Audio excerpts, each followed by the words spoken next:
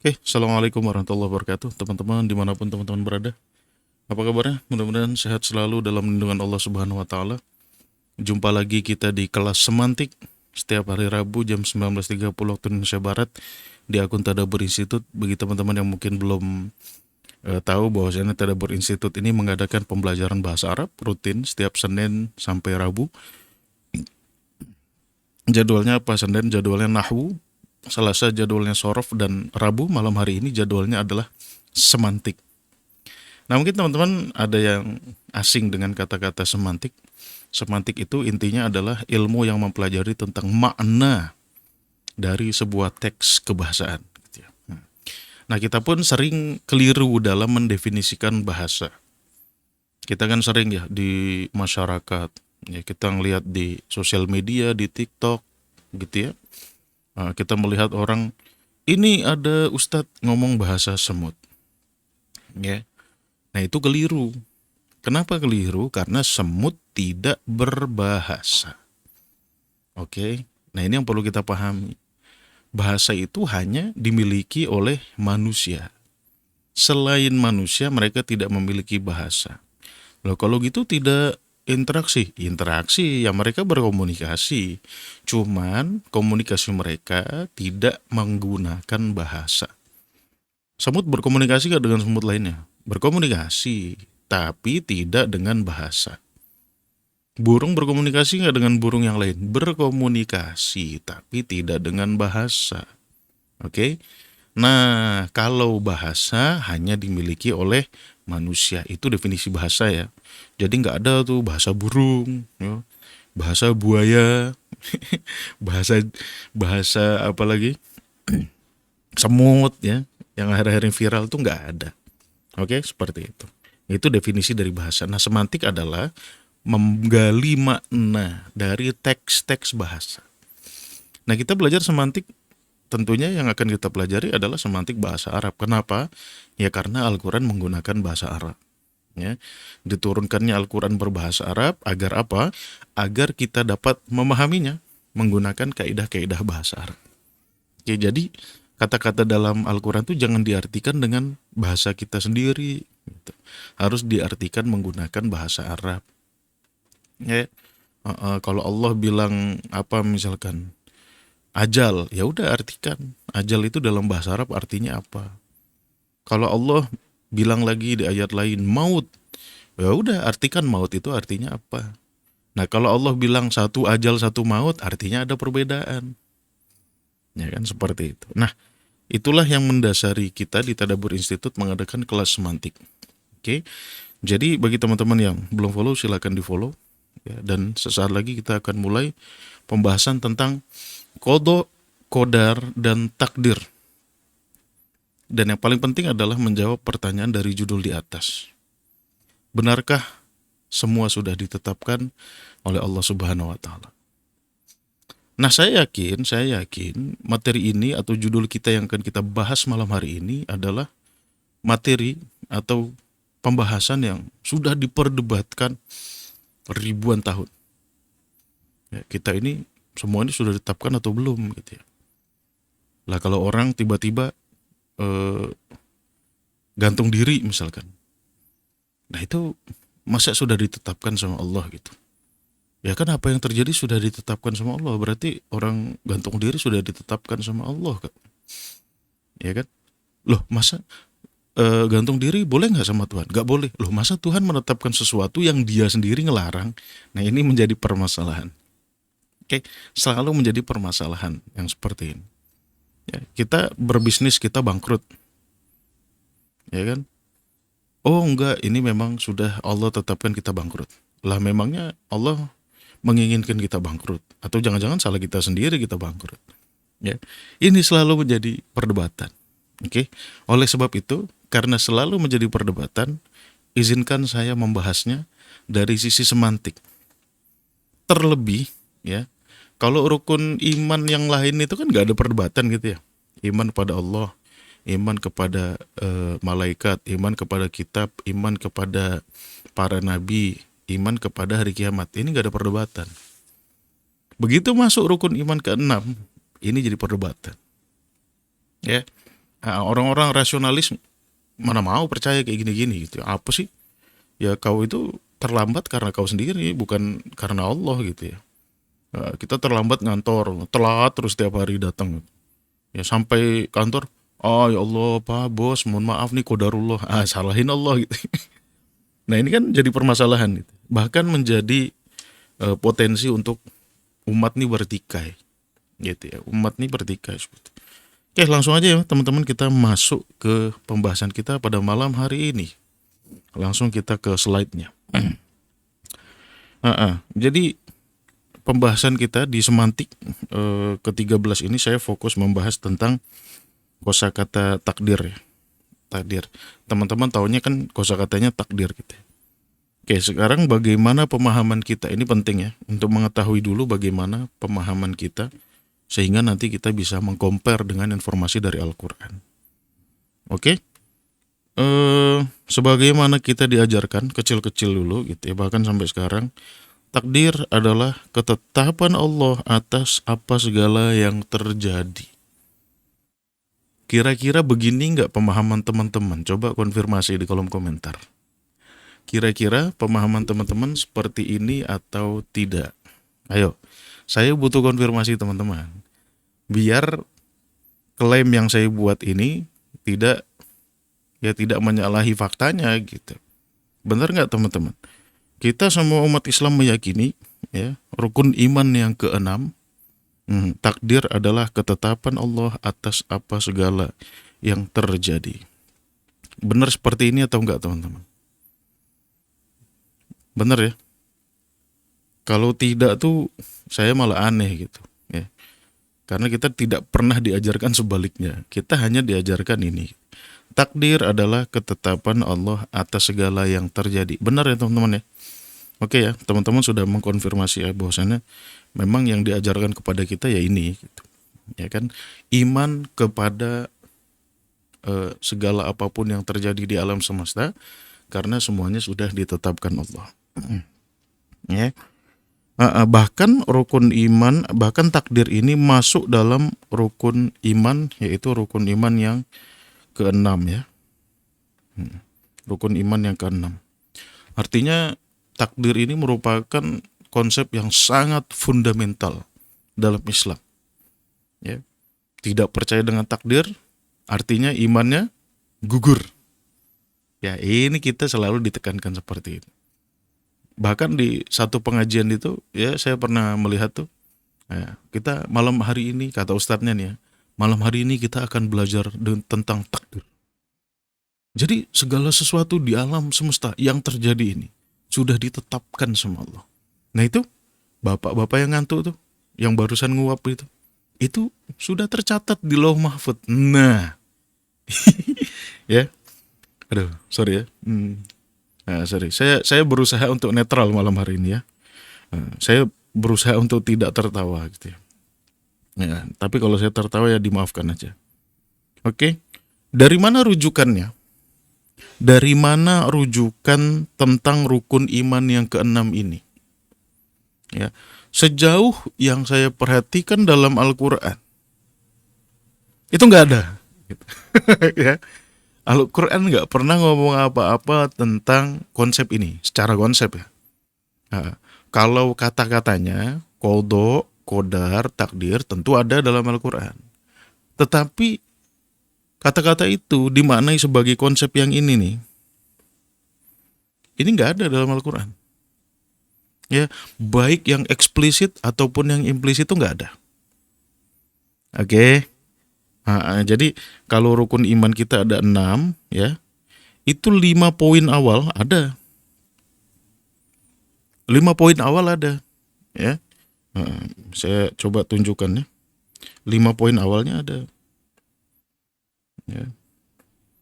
5 poin awalnya ada. Kita tunjukkan ya. Ini biar teman-teman percaya aja.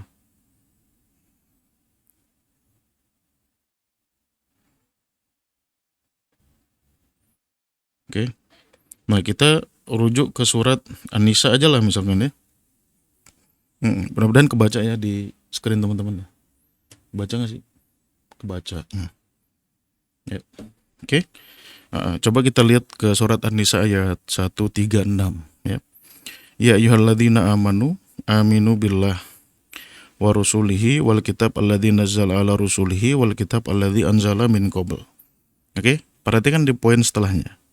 Wa man yakfur billah, Allah satu. Oke, satu ada rukun iman pertama, iman kepada Allah. Yang kedua, wa malaikatihi, dan kepada malaikatnya ada rukun iman kedua. Oke. Wa kutubihi, rukun iman ketiga, dan kitab-kitabnya. Wa rusulihi, ya kan, dan para utusannya, rukun iman keempat. Oke. Wal yaumil akhir, dan hari akhir, rukun iman yang kelima. Habis itu nggak ada lagi, ya. Ini bukan hanya di ayat ini, saya udah telusuri seluruhan Al-Quran, nggak ada. Ya. Jadi kalau berbicara tentang rujukan rukun iman dalam Al-Quran, ya itu cuma 5 ini ya. Allah, ya kan, malaikat, kitab, rasul, sama yaumul akhir. Oke, ini rujukan rukun iman di dalam Al-Quran. Ya, kemudian dari mana rujukan rukun iman yang keenam ini? Ya dari hadis, nggak ada lain gitu. Ya dari hadis.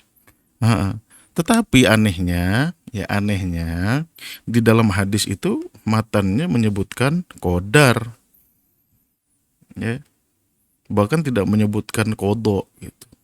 Ya, tidak juga menyebutkan takdir. Ya, bahkan hadisnya saya hafal. Ya. Ketika sahabat Nabi berkumpul katanya di masjid, tiba-tiba datang malaikat Jibril. Ya, mukanya putih, bajunya putih.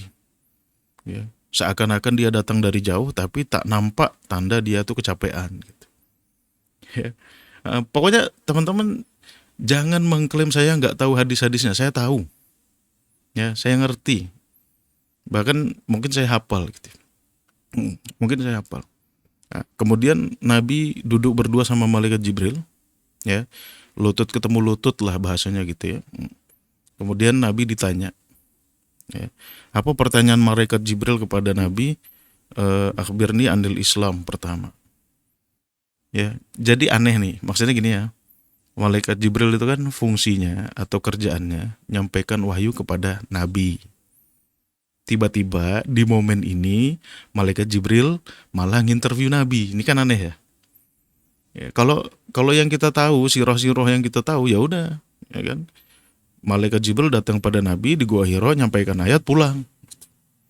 Nggak ada momen di mana Nabi diinterview sama malaikat Jibril. Ya, apalagi ujian syafahi, gitu ya, ujian lisan gitu ya, nggak ada. Gitu. Tetapi hadis ini nuansanya seperti Nabi sedang ujian lisan. Ya. Nabi sedang ujian lisan. Ditanya sama malaikat Jibril, pertama pertanyaannya akhbirni anil Islam. Jadi pertanyaan yang pertama, ya, ditanya tentang apa itu Islam. Oke? Apa itu Islam? Ini teman-teman biar pemahamannya atau pengetahuannya komprehensif ya. Pertama, kabarkan saya tentang Islam. Nah, anehnya, mungkin kita akan bisa bahas juga di pertemuan lain. Jawaban Nabi apa? Islam itu syahadat, sholat, zakat, puasa, haji. Ya, Islam adalah syahadat, sholat, zakat, puasa, haji. Saya mencurigai hadis ini, jujur aja gitu. Kenapa? Dari mana Rasulullah mendapat rujukan bahwasannya Islam itu hanya 5 perkara gitu? Dari mana gitu? Ya, ini aneh gitu. Kenapa? Karena dalam Al-Quran, ya, Allah bilang apa? Udkhulu fisilmi kafah. Kalau masuk Islam, ya ambil semua gitu. Jangan cuma sholatnya, jangan cuma syahadatnya, jangan cuma puasanya, jangan cuma zakatnya, jangan cuma hajinya gitu ya. Udkhulu fisilmi kafah. Ya, perkara halal haramnya perhatikan juga. perkara kejujurannya perhatikan. Ya, kejujuran dalam berkata, kejujuran dalam berbisnis perhatikan. Ya, Quran ngatur ekonomi nggak? Ngatur. Ya. Quran ngatur makanan nggak? Ngatur. Ya. Quran ngatur kesehatan nggak? Ngatur. Ya. Banyak yang diatur sama Al-Quran. Dan Al-Quran nyuruh kita untuk ambil semua gitu. Masuk Islam tuh secara utuh. Nah, kok Nabi tiba-tiba ya membuat ide sendiri bahwasannya Islam itu cuma 5 perkara. Kalau sudah dikerjakan 5 perkara beres. Kemudian kita jadikan rukun. Kita sendiri ini yang jadikan rukun. Ini dari mana juntrungannya, saya bilang gitu. Rukun itu istilah fikih. Ya. Apa definisi rukun? Rukun itu kalau dikerjakan maka beres urusan. Itu rukun. Rukun sholat, ya udah, asalkan dikerjakan semua sah sholatnya. Nah sekarang, apakah 5 perkara ini kalau kita sudah kerjakan Islam kita beres? Kan enggak gitu loh. Ya, bertentangan lagi sama Al-Quran gitu. Ini selalu jadi permasalahan nih. Ya. Dan banyak mayoritas umat Islam yakin mati sama hadis ini, menganggap hadis ini pasti benar. Ya kan? Tanpa mereka mau berpikir skeptis. Ya. Kalau kita meyakini hadis ini, sama aja kita menganggap Nabi itu berdusta loh. Loh kok gitu? Lah iya, Nabi ngambil rujukan dari mana Islam cuma 5 gitu. Islam itu ya semuanya, kafah gitu. Ya. Itu nama adik saya tuh kafah tuh di di TikTok nih. Itulah Islam gitu. Ya, jadi Islam itu ya kamu nggak cuma sholat, zakat, puasa, haji doang gitu. Ya. Kamu berbuat baik sama orang tua, itu Islam. Ya, kamu berbuat baik sama anak, itu Islam.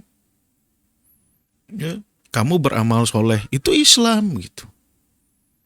Ya, jadi Islam itu nggak bisa dipatok cuma 5 perkara ini. Setuju nggak setuju itulah Al-Quran. Gitu. Setuju nggak setuju itulah Al-Quran. Dan terserah kalau antum-antum semua mau bantah Al-Quran itu. Oh enggak, itu ya nggak bisa lah. Orang jelas-jelas bertentangan, kita malah membela sesuatu yang bertentangan sama Al-Quran, kan aneh kita jadinya. Oke.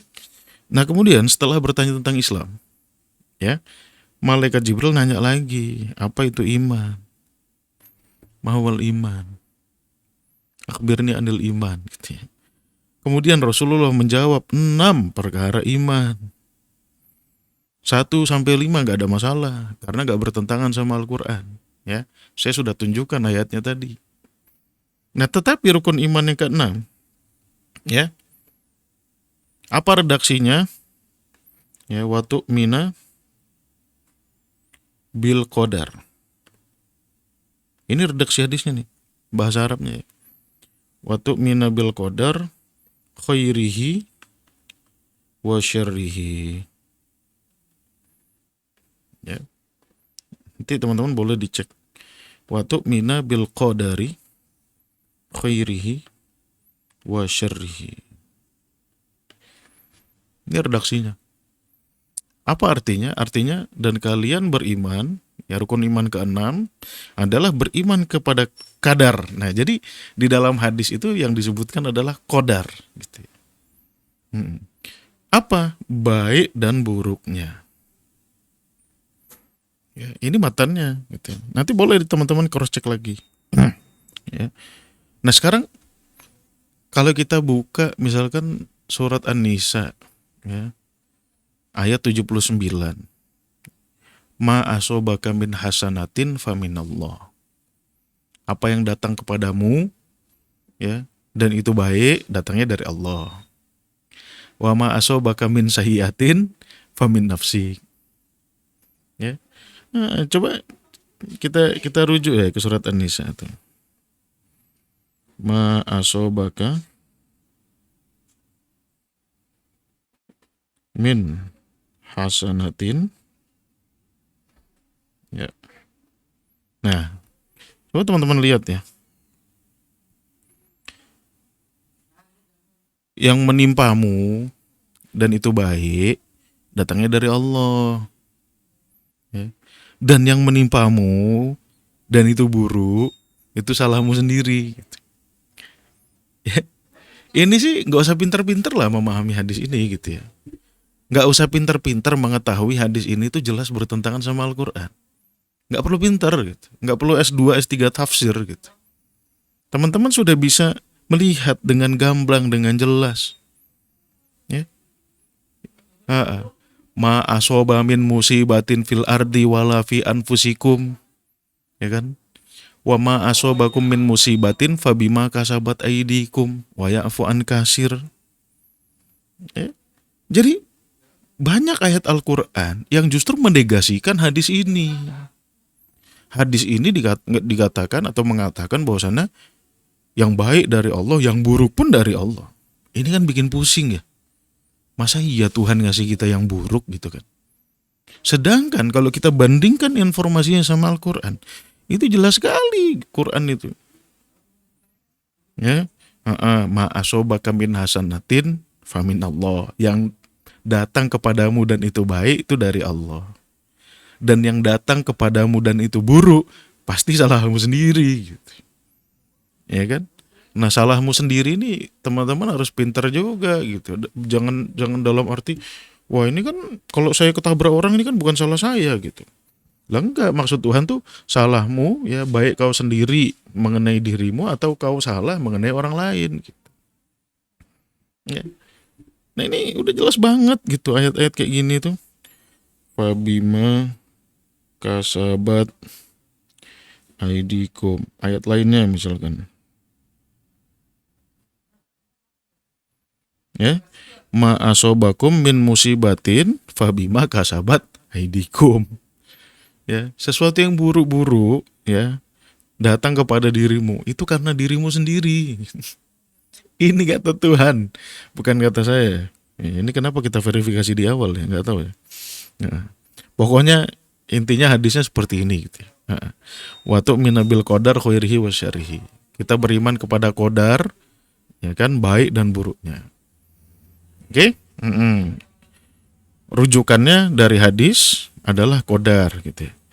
Kemudian dalam rukun iman berubah lagi redaksinya. Jadi qadha dan qadar.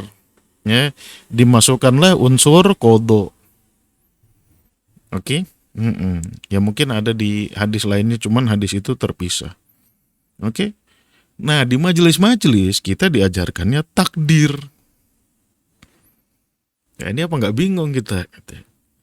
Di hadisnya qadar, jadi rukun iman qadha dan qadar, di majelisnya takdir. Nah, kita kan sudah pernah belajar di TI bahwasannya bahasa Arab itu beda kata, itu artinya beda makna. Tidak mungkin dua kata yang berbeda merujuk kepada satu makna yang sama persis, nggak mungkin. Oke? Nah ini saya nggak mengada-ngada, beneran ini, ya. Saya bukan mau menyesatkan umat Islam, enggak. Ya, saya ingin menyadarkan bahwasanya, dalam akidahmu tuh ternyata ada susupan gitu. Ya, yang mungkin selama ini kamu tidak sadari. Oke? Ya. Nah sehingga hari ini saya nggak tahu kapan kata-kata ini mulai meledak di kalangan umat Islam ya, termasuk mungkin di kalangan kita TI gitu ya. Ada jargon qadarullah. Ini saya tiap hari masih dengar. Teman-teman dengar nggak? Pernah dengar nggak umat Islam ngomong qadarullah gitu? Pernah dengar nggak teman-teman? Coba jawab di kolom komentar. Ini biar saya verifikasi dulu nih, asumsi saya benar apa enggak gitu.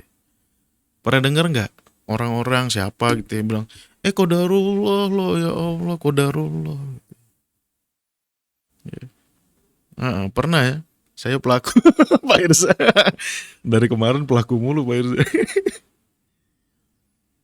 Ya. Qadarullah gitu ya.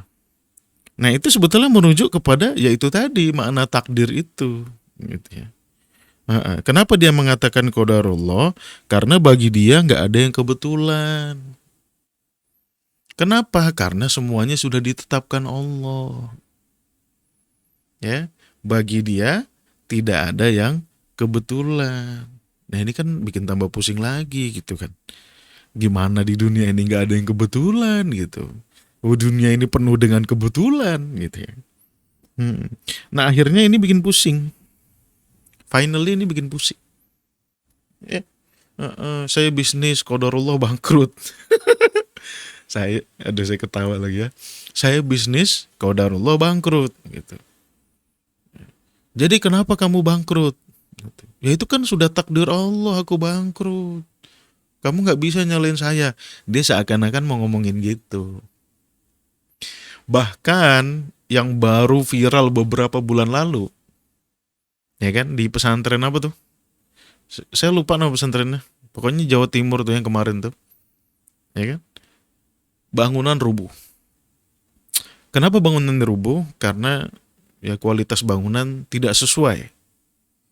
Ya, itu banyak ahli-ahli arsitek yang meneliti. Ya kenapa akhirnya bangunan ini runtuh. Nah, ya, ketika kiainya ditanya oleh media, Pak Kiai, apa yang ingin disampaikan kepada masyarakat Indonesia terkait peristiwa ini? Apa kata-kata yang pertama kali diucapkan sama Kiai itu? Apa kata-kata pertama yang diucapkan sama Kiai? Ya, saya masih nyimpan loh videonya itu. Ada di video saya itu. Ya, ya ini sudah takdir dari Allah. Ini saya nggak ngarang-ngarang, ini redaksinya. Ya ini sudah takdir dari Allah. Katanya. Kenapa dia bilang ini sudah takdir dari Allah? Ya, secara psikologis, kalau Anda yang HRD bisa baca psikologis orang, ya, karena secara psikologis dia tidak ingin disalahkan atas kematian ratusan santrinya. Dan kesalahan dia, kekeliruan dia, kecerobohan dia dikonfirmasi sama rukun iman. Ayo, umat Islam mau ngomong apa coba? Ya, ya ini kan udah takdir dari Allah, gimana sih? Ya kan? Bangunan ini jatuh kan saya nggak mau, tapi ini udah takdir dari Allah. Ayo, mau jawab apa lo? Ya? Kalau Anda tidak punya cukup keberanian, Anda nggak mungkin bisa menjawab. Untungnya negeri kita ini tidak terlalu mengikuti akidah mayoritas umat Islam. Tapi saya nggak tahu ujungnya gimana kasusnya tuh. Kalau saya jadi penegak hukum sih segel pondoknya. Ya. Uji kelayakan, langsung diaudit ulang semuanya. Oke. Iya, bayangin aja loh. Umat Islam hari ini itu dibuat pusing dengan kata-kata qadarullah, qadarullah. Ya. Contoh lain, ada dua orang bisnis. Ada dua orang nih bisnis nih. Ya, kita kerjasama ya, oke. Yang satu kerjanya habis-habisan, sungguh-sungguh, ya. Yang satu lagi kerjanya ogah-ogahan. Begitu bisnisnya bangkrut, si yang ogah-ogahan ini dia punya tameng untuk melindungi kesalahannya. Apa tamengnya? Rukun iman ke-6 tamengnya. Ya. Jadi bisnisnya dua orang ini bangkrut karena kesalahan satu orang tadi yang gak sungguh-sungguh, tetapi dia punya tameng yang bisa menutupi kesalahannya dan orang gak bisa bantah. Apa itu rukun iman yang ke-6? Dia tinggal ngomong ke kawannya, ya udahlah kita nih bangkrut kan, ini udah ditetapkan di Lauh Mahfud loh. Kamu tuh jangan marah-marahin aku gitu. Karena aku gak serius apa. Ya, habis itu ngarang lagi dia kan. Bisnis ini biarpun aku serius tetap bangkrut. Wah, udah gak jelas dan ngomongnya kemana-mana itu. Ya, jadi kamu jangan salahin saya yang gak sungguh-sungguh. Emang kamu pikir kalau saya sungguh-sungguh, ya kan bisnis ini gak bangkrut. Kalau Allah sudah menetapkan bangkrut, pasti bangkrut. Nah udah, Tuhan dibawa-bawa gitu. Padahal yang salah dia. Ya. Nah ini akhir-akhir ini lagi ngetren ini kata-kata qadarullah nih. Saya tuh alhamdulillah sampai sekarang nggak pernah ngomong qadarullah tuh. Ya, ya kebetulan aja gitu. Ya. Kalau saya yang salah ya saya yang salah. Oke, nah akidah takdir ini jelas menjadi masalah. Ya. Masalah di mana? Di otak kita, di logika kita yang sehat ini gitu loh. Kalau Anda otaknya mistis sih, ya Anda oke-oke aja gitu ya. Ya nggak apa-apa, ini kan pemikiran manusia beda sama pemikiran Allah gini-gini ya, dengan segala hujahnya gitu ya. Jadi susah kalau orang mistis diajak berpikir tuh susah gitu ya. Susah. Pesawat bisa terbang karena izin Allah gitu. Lah pesawat itu terbangnya karena pilot itu punya ilmu gitu. Ya, nyari sendiri mereka nggak dapat wahyu gitu. Ya. Oke. Nah ini yang bikin pusing adalah kalau semua ditetapkan, nih ya, ini hal fundamental yang bikin pusing. Oke. Kalau semua sudah ditetapkan, ngapain Tuhan ngatur? Ini Anda harus berpikir gitu loh. Ya, kalau Anda nggak mau berpikir susah. Dan Anda kalau nggak mau berpikir ya, sorry ya, Anda nggak usah berpegang pada Al-Quran, karena Al-Quran tuh untuk orang berpikir gitu. Oke? Kalau Anda nggak mau mikir, cari kitab suci lain, primbon kayak apa kayak gitu. Jangan Quran. Quran tuh liqaumi yaqilun gitu, untuk kaum yang berakal. Ya. Anzalnahu Qur'anan Arabian la'allakum ta'qilun. Ya. Jadi fungsi ininya harus aktif. Kalau ininya nggak aktif, lebih baik Anda stop berhujah, ya. Anda cari kitab suci lain, primbon kayak apa kayak. Banyak kok kitab suci lain tuh. Ya. Karena Quran ini hanya untuk orang berpikir. Oke? Nah ini menjadi perdebatan. Kalau semua sudah ditetapkan, buat apa Tuhan ngatur kita? Tuhan ngatur nggak kita nikah sama siapa? Ngatur. Ya kan? Tuhan ngatur nggak kita nikah sama siapa? Ngatur. Contohnya apa? Saya kasih ayatnya ya. Hurrimat alaikum. Ya. Saya kasih ayatnya. Oke. Wala tankihu manakaha abaukum. Jangan menikahi orang-orang yang pernah dinikahi oleh ayahmu. Oke, kecuali yang sudah-sudah sebelum wahyu turun maksudnya. Kemudian hurrimat alaikum ummahatukum. Kalian gak boleh menikahi ibu kalian, anak kalian, saudari perempuan kalian, ya bibi-bibi kalian, aunti-aunti kalian, ya bibi-bibi kalian, wabanatul akh, keponakan kalian, wabanatul keponakan kalian dari perempuan. Ya, wa ummahatukumul lati arda'nakum, dan ibu-ibu yang telah menyusuimu. Itu nggak boleh dinikahi dan seterusnya. Pertanyaannya kan sederhana. Kalau jodohmu sudah ditetapkan, ngapain Tuhan ngatur? Ya, ini kalau Anda mau berpikir waras gitu loh. Ini Quran nih, bukan kata saya nih, ya. Ini tuh surat An-Nisa. Ya, surat apa sih ini? Ini surat An-Nisa ayat 23. Ya, ayat 22, ayat 23 Quran. Ya, nggak bisa Anda bantah. Anda bilang jodoh sudah ditetapkan. Yang tetapkan siapa? Loh buktinya apa? Ya buktinya ini Tuhan ngatur. Kalau Tuhan ngatur artinya belum ditetapkan. Kau bebas pilih. Cuman Tuhan ngatur gitu loh. Ya, kau bebas pilih. Kau bisa menikahi siapapun. Tetapi kata Tuhan aturannya ini. Jangan nikahi mantan ibu, mantan apa namanya ya? Mantan istri ayahmu. Jangan nikahi ibumu. Jangan nikahi anakmu. Nah ngapain Tuhan ngatur kalau Tuhan udah netapkan? Ya kan? Kemudian kita nggak boleh nikahi orang musyrik, ya kan? Nggak boleh gitu. Ini mana keypadnya nggak keluar, ya? Ya? Nggak boleh nikahi orang musyrik. Wala tankihul musyrikat hatta yu'minna. Nah ini kan bikin pusing. Yang bilang netapkan tuh gimana sih logikanya gitu? Orang Tuhan ngatur, kalau ngatur artinya tidak ditetapkan. gitu loh ya. Kemudian ya teman-teman ya, kalau semuanya sudah ditetapkan, pahala dan dosa ini nggak relevan. Hmm? Fir'aun ya jadi orang jahat, mimpin Mesir jadi orang jahat. Oke? Nah kemudian kita ngomong, ya Fir'aun ini sudah ditakdirkan sama Allah menjadi sosok jahat gitu. Lah kalau sudah ditetapkan sama Allah, artinya Fir'aun nggak salah. Pahala dan dosa nggak relevan. Jadi nanti Fir'aun ketika dihisap gampang aja. Ya, ketika dihisap misalkan, gila lo Fir'aun, gitu. Bani Israel lo tindas berabad-abad. Terus Fir'aun tinggal jawab, ya apa yang aku lakukan kan sudah ditetapkan sama engkau ya Allah, masa aku yang salah? Gitu. Engkau lah yang salah gitu. Ya kan? Akhirnya jadi Tuhan yang salah gitu.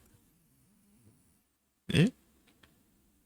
Kalau cerita sebuah film jelek, saya tanya nih teman-teman, pakai logika sederhana aja.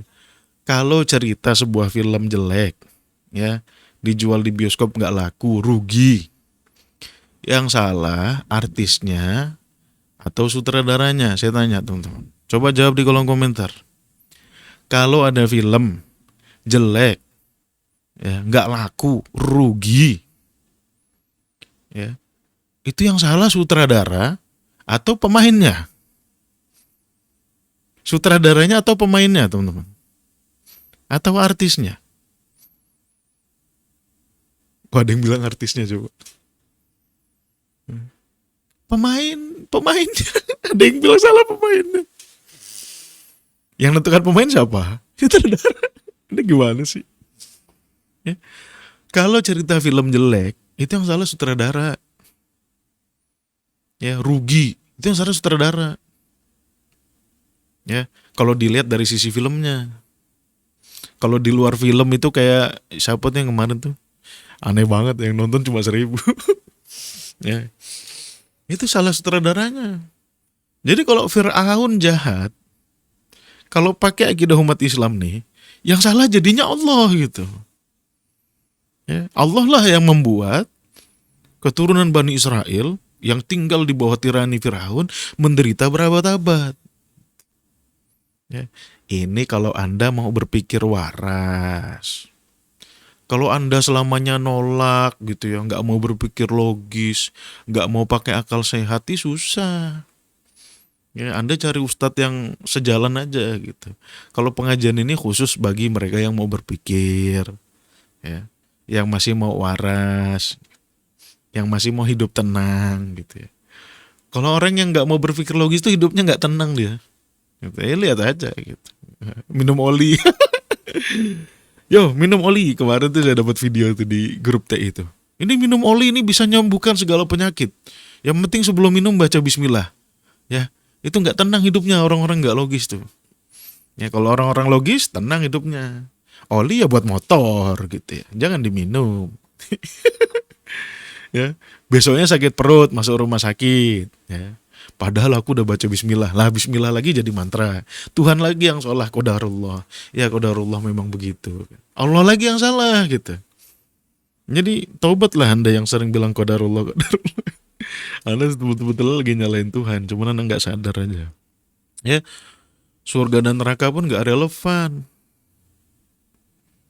Ya kan? Dan ini sudah jelas berpotensi menimbulkan pertikaian. Oh iya, Anda akan bertikai. Ya sama seperti dua orang yang bikin bisnis bareng-bareng tadi. Yang satu mati-matian, yang satu nggak sungguh-sungguh. Males. Begitu bisnisnya bangkrut, ya kan? Yang salah itu ngomel. Ya, ini bisnis kita bangkrut ini bukan karena saya. Semua sudah tertulis di Lauh Mahfuz, kata dia.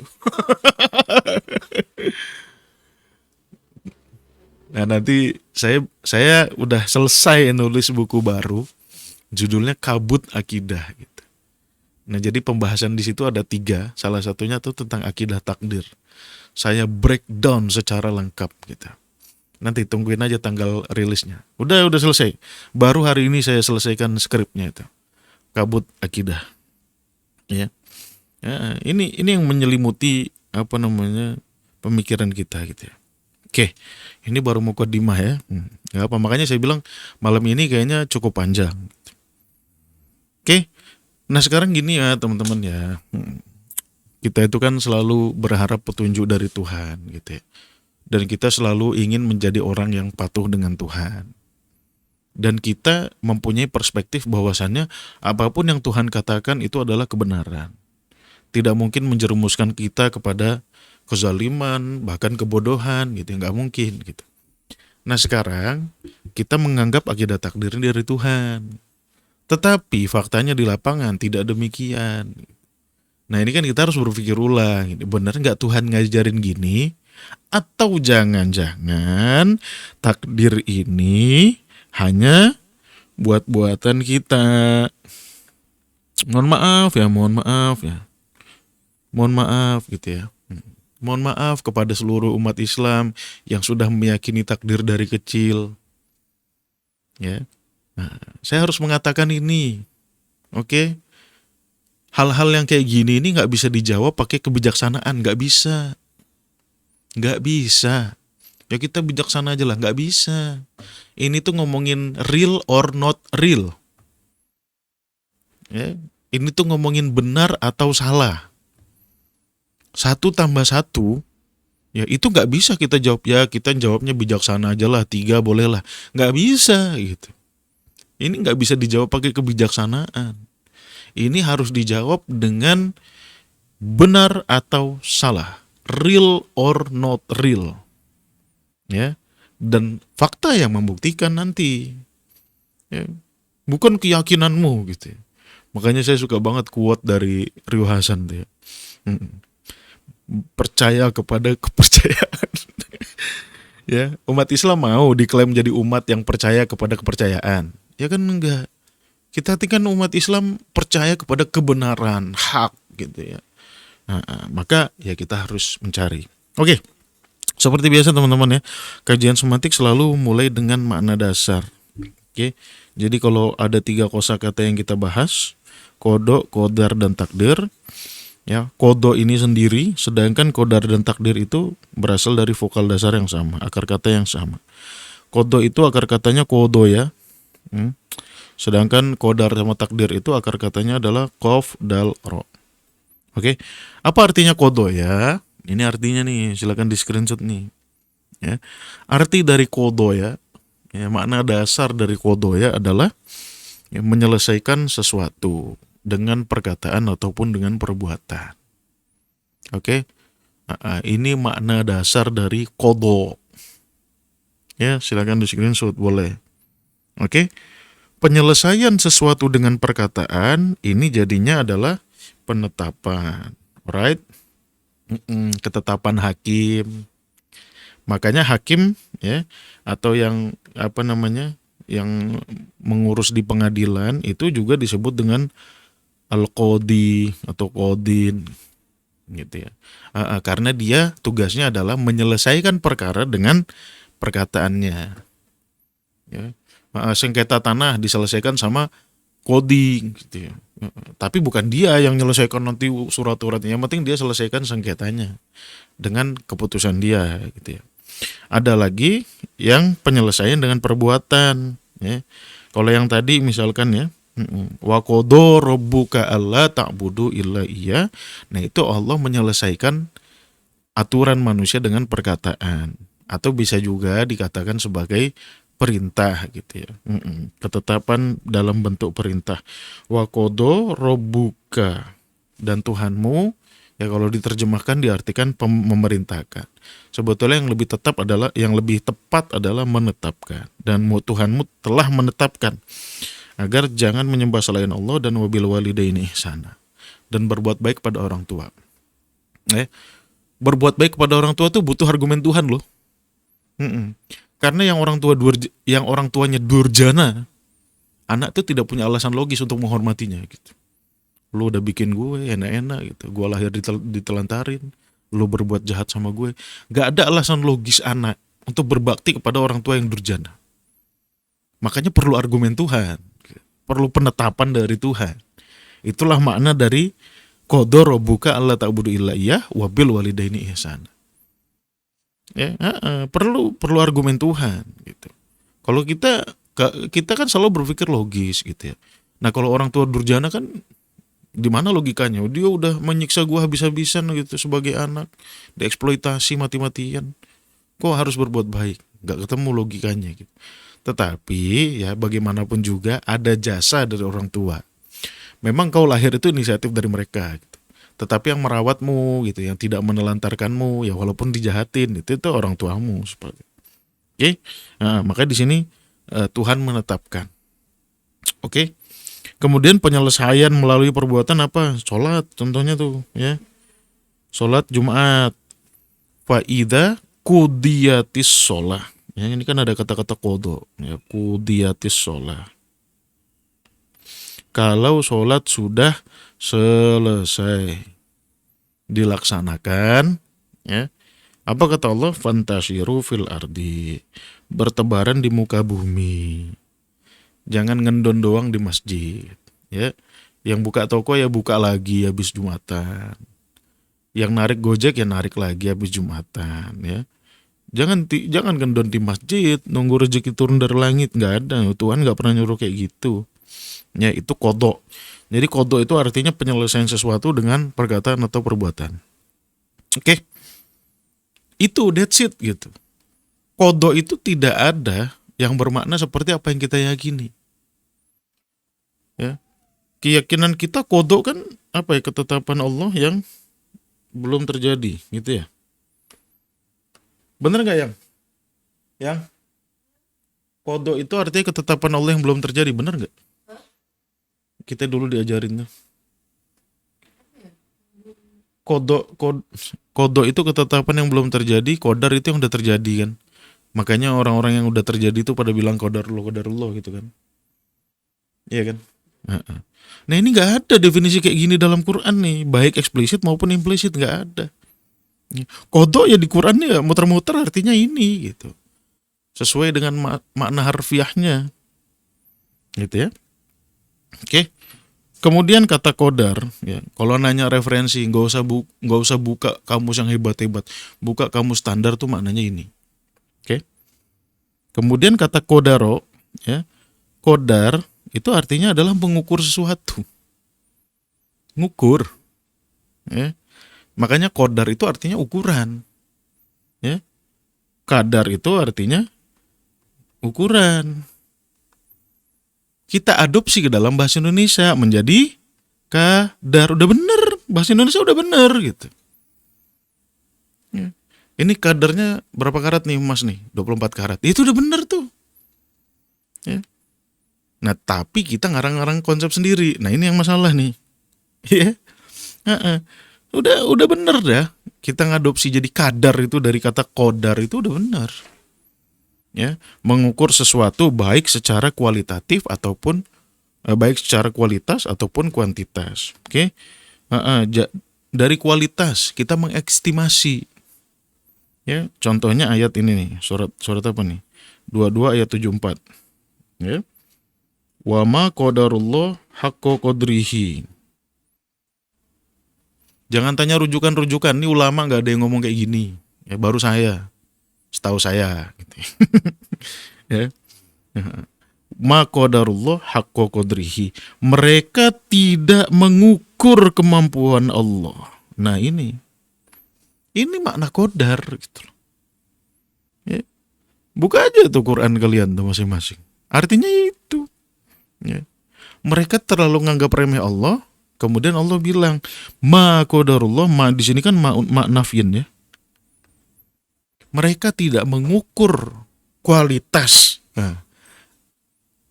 atau kualitasnya Allah ini sebaik-baiknya pengukuran, sehingga mereka nganggap remeh Allah. Padahal Allah itu qawiyun aziz gitu.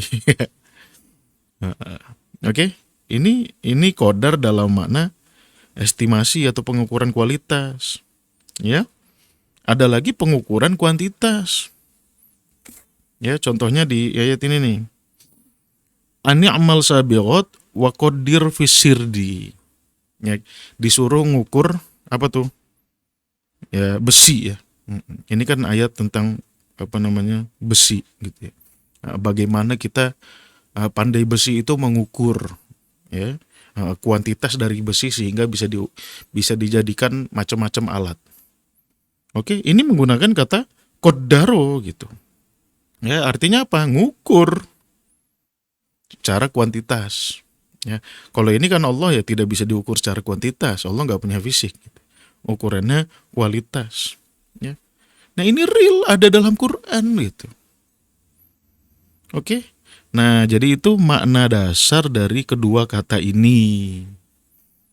Oke.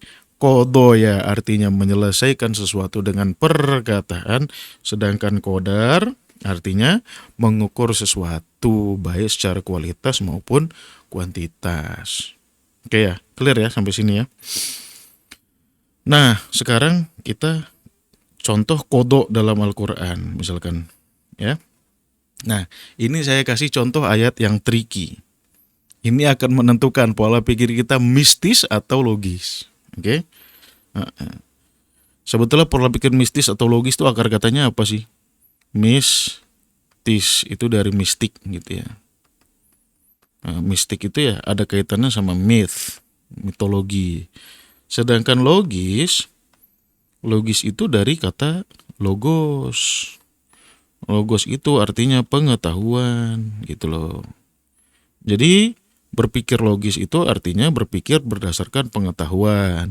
Berpikir mistis artinya berdasarkan ya apa ya, khayalan lah gitu ya. Oke, seperti itu. Nah, di sini ayat ini menentukan nih. Oke, coba teman-teman perhatikan ya. Huwaladzi khalaqakum, dialah yang menciptakanmu dari tanah, mintin.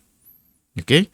Tsumma qada ajala. Kemudian Allah menetapkan ajal. Ayo. Nah, ini kan artinya ajal kita sudah ditetapkan. Ayo. Gimana memahaminya nih, teman-teman? Kita mau berpikir mistis atau berpikir logis gitu. Ya kan? Bisa, dua-duanya bisa gitu. Nah, kita bisa menjadi orang yang berpikir mistis, ya, artinya ya layaknya orang bodoh gitu ya. Ya udah ini artinya Tuhan sudah menetapkan umur kita. Gitu. Ya. Atau kita mau berpikir secara logos, ya, secara logis tadi. Ya. Kalau pemikiran kita secara logos, kita akan dapat maknanya yang benar gitu. Maksud Tuhan tuh menetapkan ajal itu seperti apa gitu. Ya. Kemudian wa ajalun musamma, dan ajalnya tuh ya nampak baginya gitu. Nah ini tuh kita gimana ya? Ya, sekarang definisi ajal itu apa? Ajal sama nggak sama mati, teman-teman? Saya tanya deh. Ajal sama mati itu sama nggak? Ini yang berat nih. Ya, ini berat nih. Ajal sama mati sama. Kalau ajal sama mati sama, ya, buat apa ada dua kosakata boros? Ya. Artinya Tuhan syirik, syirik kata-kata boros. Nah Tuhan tuh nentukan di satu pakai ajal, di yang lain pakai maut, itu karena ada bedanya gitu loh. Oke, clear ya? Nah, itu dulu. Oke, sekarang maknanya apa ajal ini? Ya, ajal ini maknanya apa? Ajal itu berakhirnya masa berlaku tanpa ditentukan sebelumnya. Itu artinya ajal. Ini secara harfiah, nggak di otak-atik ini, beneran ini. Ya, artinya apa? Masa berlaku sesuatu itu bisa habis. Tapi kita hanya bisa mengestimasi kisarannya kapan dia akan berakhir. Itu namanya ajal.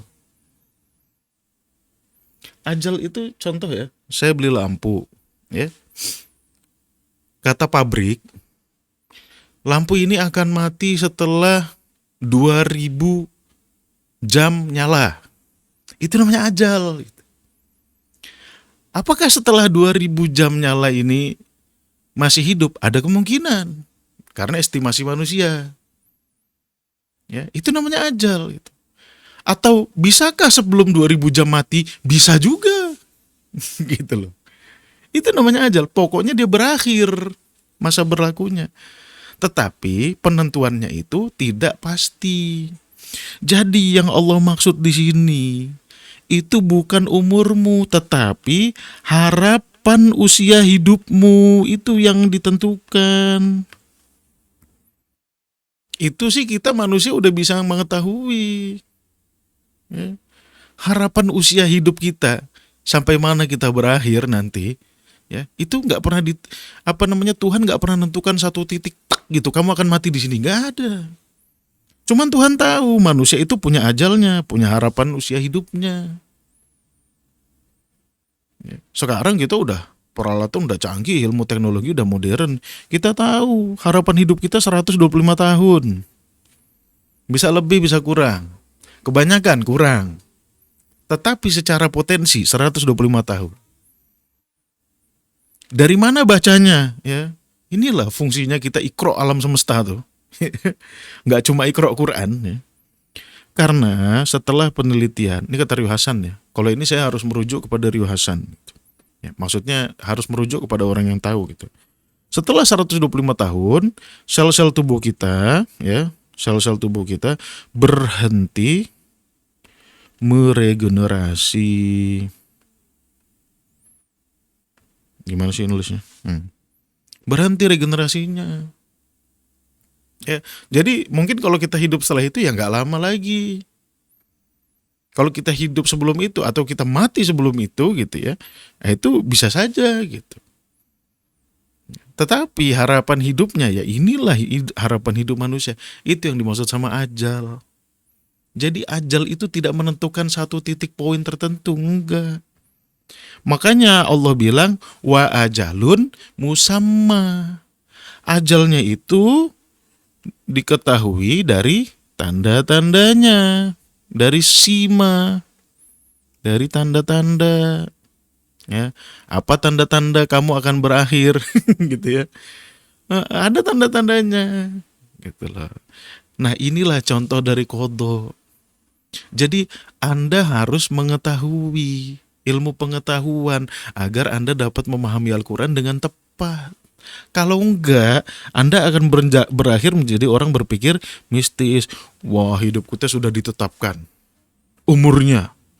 Ya, misalkan ya, saya nih, misalkan ya, saya aja lah, jangan orang lain.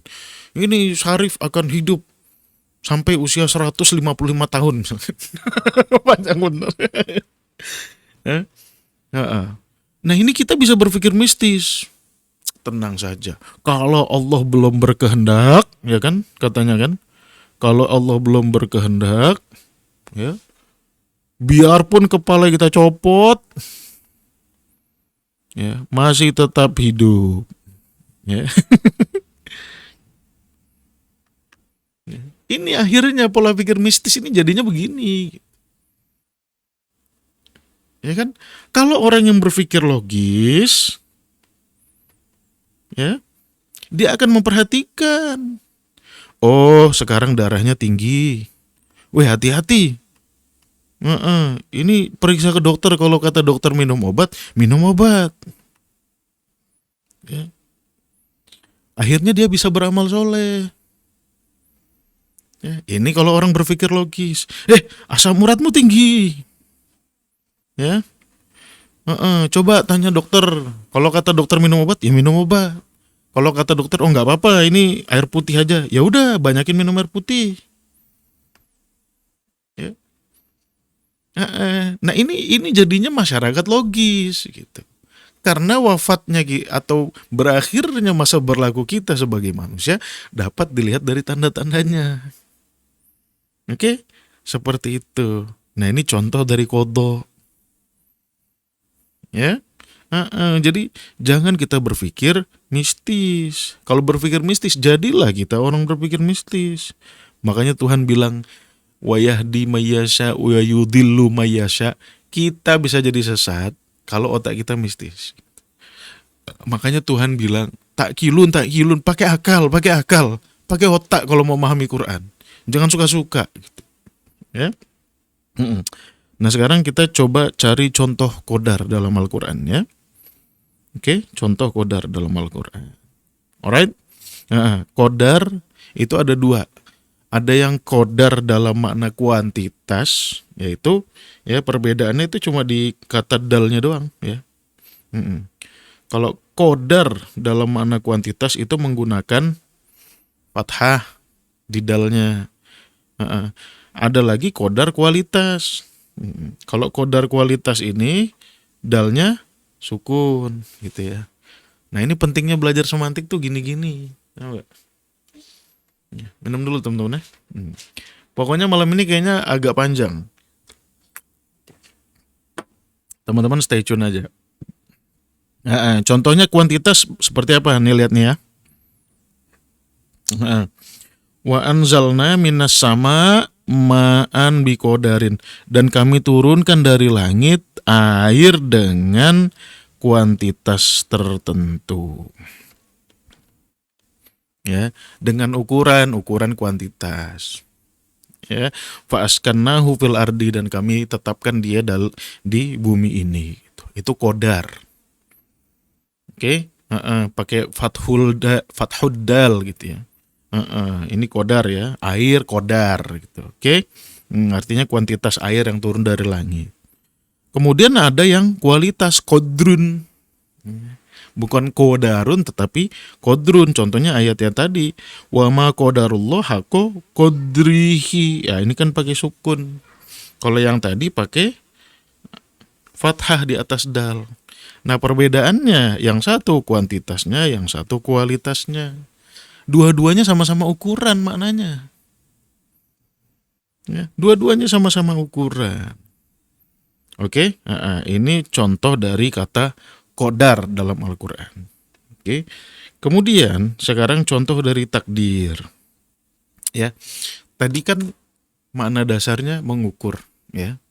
Kemudian jadi kata turunan qadar artinya ukuran kuantitas, atau qadrun artinya ukuran kualitas. Sekarang ada kata-kata takdir. Nah, takdir ini adalah hasil dari pengukuran itu. Jadi takdir itu ya, misalkan di ayat ini nih, surat Yasin nih. Wasyamsu tajri li mustaqarril laha dzalika takdirul azizil ali.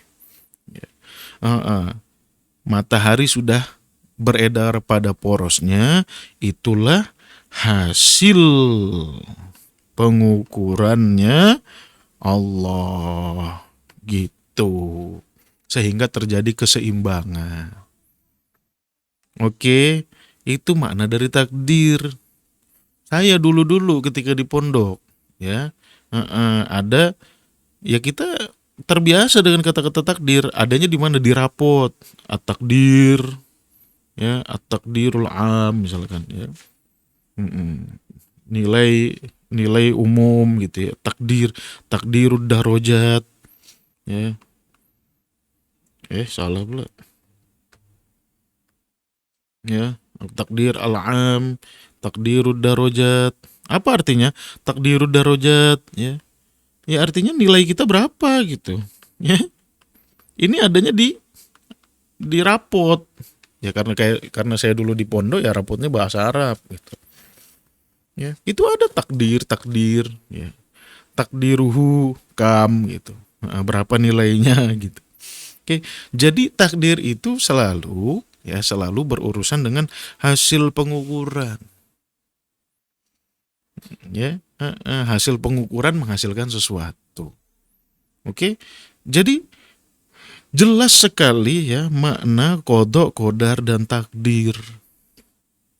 Jadi qada itu kita bisa ibaratkan sebagai ketetapan sistemik di alam semesta ya, contohnya kayak usia harapan hidup kita itu kan sistemik ya di alam gitu ya. Kemudian qadar itu kapasitas kita, ukuran kita ya.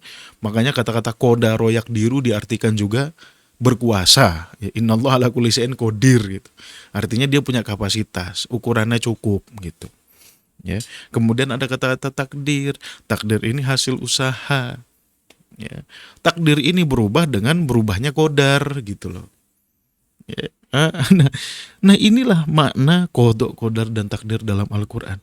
Tidak ada seperti yang kita bayangkan tuh, tidak ada. Konsep-konsep yang kita buat-buat tuh nggak ada di Quran itu. Ya, jadi Quran memang menyebutkan qada, iya ada. Memang Quran menyebutkan qadar, iya ada. Quran juga memang menyebutkan takdir, iya ada. Tetapi maknanya tidak seperti yang kita buat-buat. Ya, maknanya harfiah aja. Ngerujuk ke kamus standar tuh sederhana, bisa kita pahami. Ya, ini gitu loh. Ya.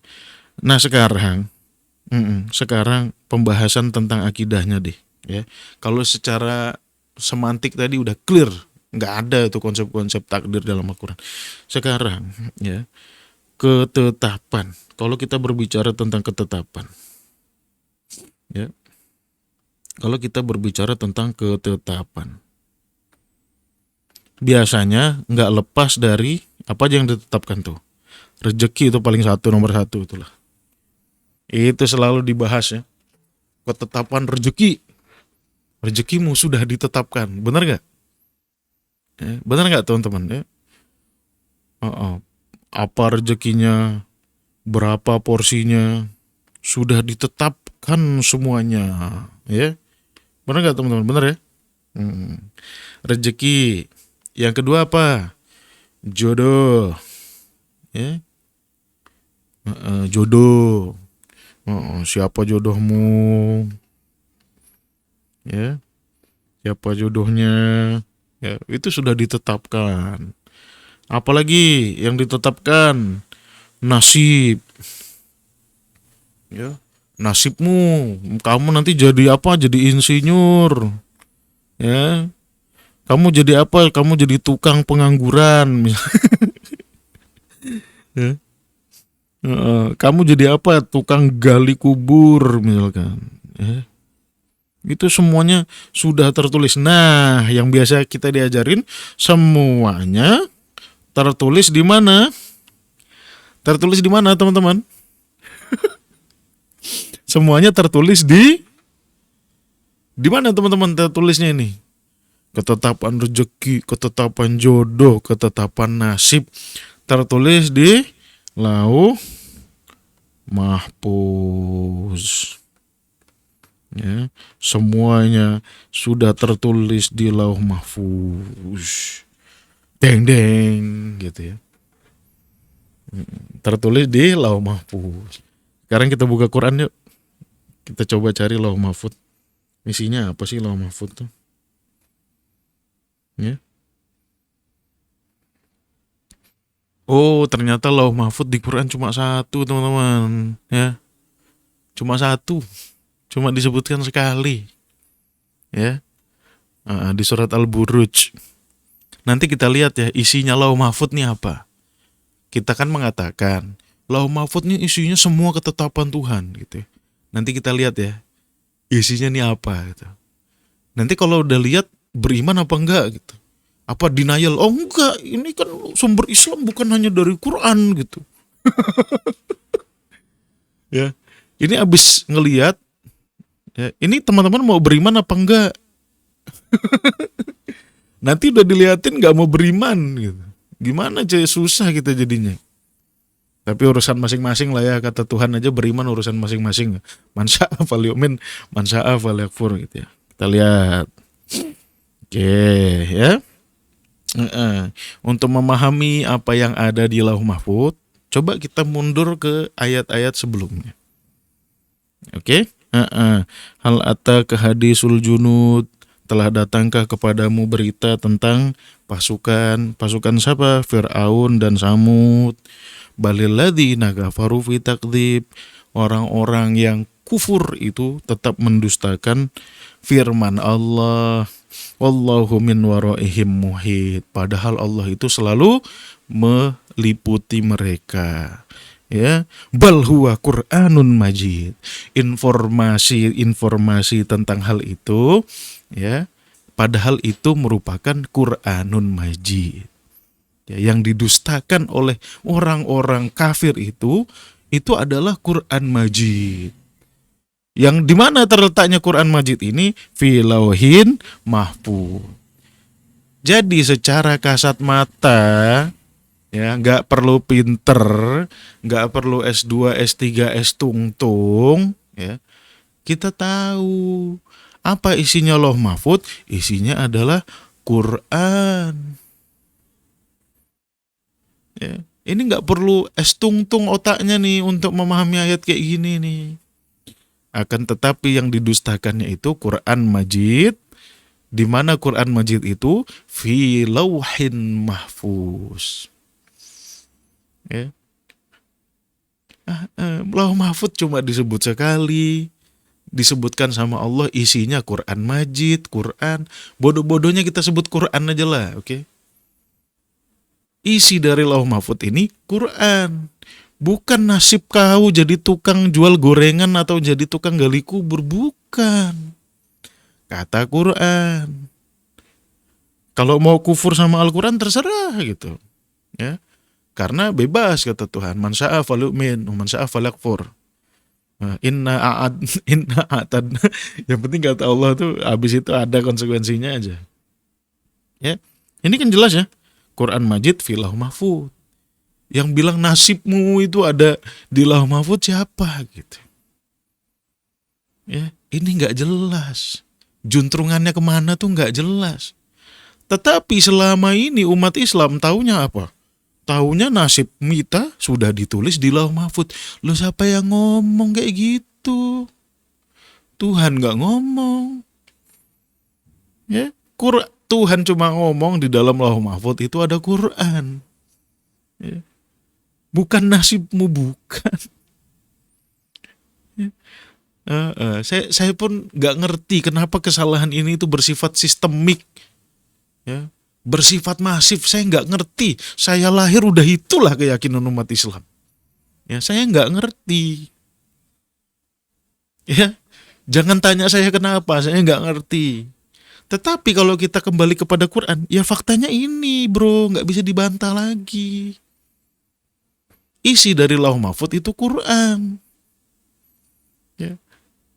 Nanti apa itu Lauh Mahfuz? Ya. Kemudian ada beberapa kata yang disamakan oleh Lauh Mahfuz. Ya. Biasanya ada beberapa kata yang disamakan dengan Lauh Mahfuz. Apa saja? Ada yang namanya Imam Mubin. Ya. Ini disamakan sama Lauh Mahfuz. Ya.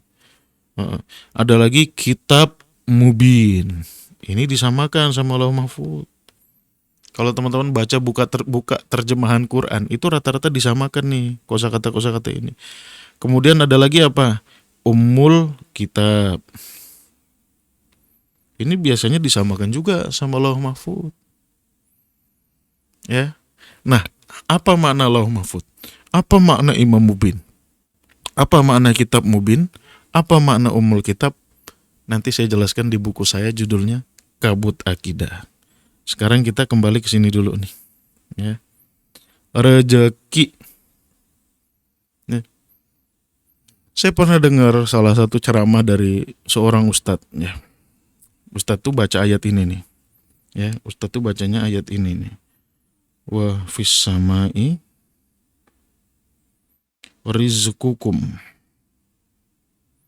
Ya. Ustadznya baca ayat ini teman-teman ya. Saya perlihatkan ya. Ustadznya baca ini khutbah Jumat. Ya. Ketahuilah, ma'asyiral muslimin wal muslimat semua, bahwasanya rezeki kita sudah tertulis di Lauh Mahfuz. Allah Subhanahu wa taala berfirman dalam Al-Qur'an, "Wa fis samai rizqukum wa ma tu'adun." Artinya apa? Di langit sudah tertulis rezekimu dan apa-apa yang dijanjikan kepadamu. Saya nggak tahu nih terjemahan ini ngartikannya apa nih. Coba kita lihat ya. Dan di langit terdapat sebab-sebab rezekimu. Lah ini wajar nih. Ini waras ini terjemahan ini.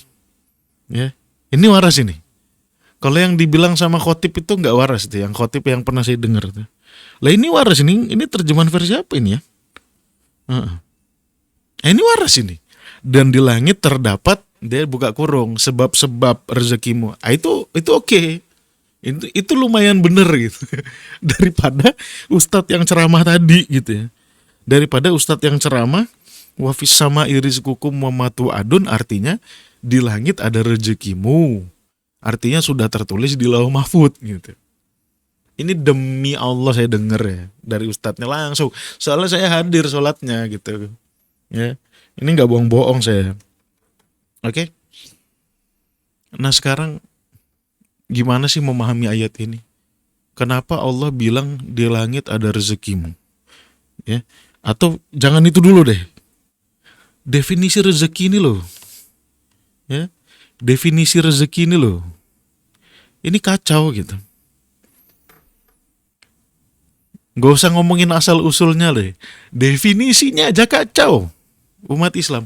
Coba kalau ditanya umat Islam hari ini, rezeki itu apa sih? Oh, rezeki itu kesehatan rezeki. Ya, pernah dengar gak teman-teman? Ya, kesehatan itu rezeki. Ya, sahabat baik itu rezeki. Ya kan? Apalagi rezeki itu. Anak itu rezeki. Ya. Istri solehah juga rezeki. Ya kan? Nah saya bertanya sederhana pertanyaan saya. Yang di langit yang mana gitu? Yang kesehatan? Apa koncomun ono neng langit? Ya, ini kan Tuhan bilang lah ya. Tuhan bilang tadi ayatnya, wa fis sama rizqukum, di langit ada rezekimu. Yang dimaksud yang di langit ada rezekimu tuh apa nih? Anakmu turun dari langit gitu. Kan jadinya lucu ya gitu. Istri istrimu dijemput dari langit kayak siapa tuh Gufron. Manggil-manggil bidadari dari saf ketujuh. Aduh, tadi janjinya nggak ketawa malah ketawa lagi. Ya. Nah umat Islam nggak punya definisi yang tepat apa itu rezeki. Ya. Padahal, Pak, lu nggak usah pinter-pinter Pak untuk memahami rezeki Pak. Rezeki itu apa yang kamu makan. Ya. Apa yang kamu makan.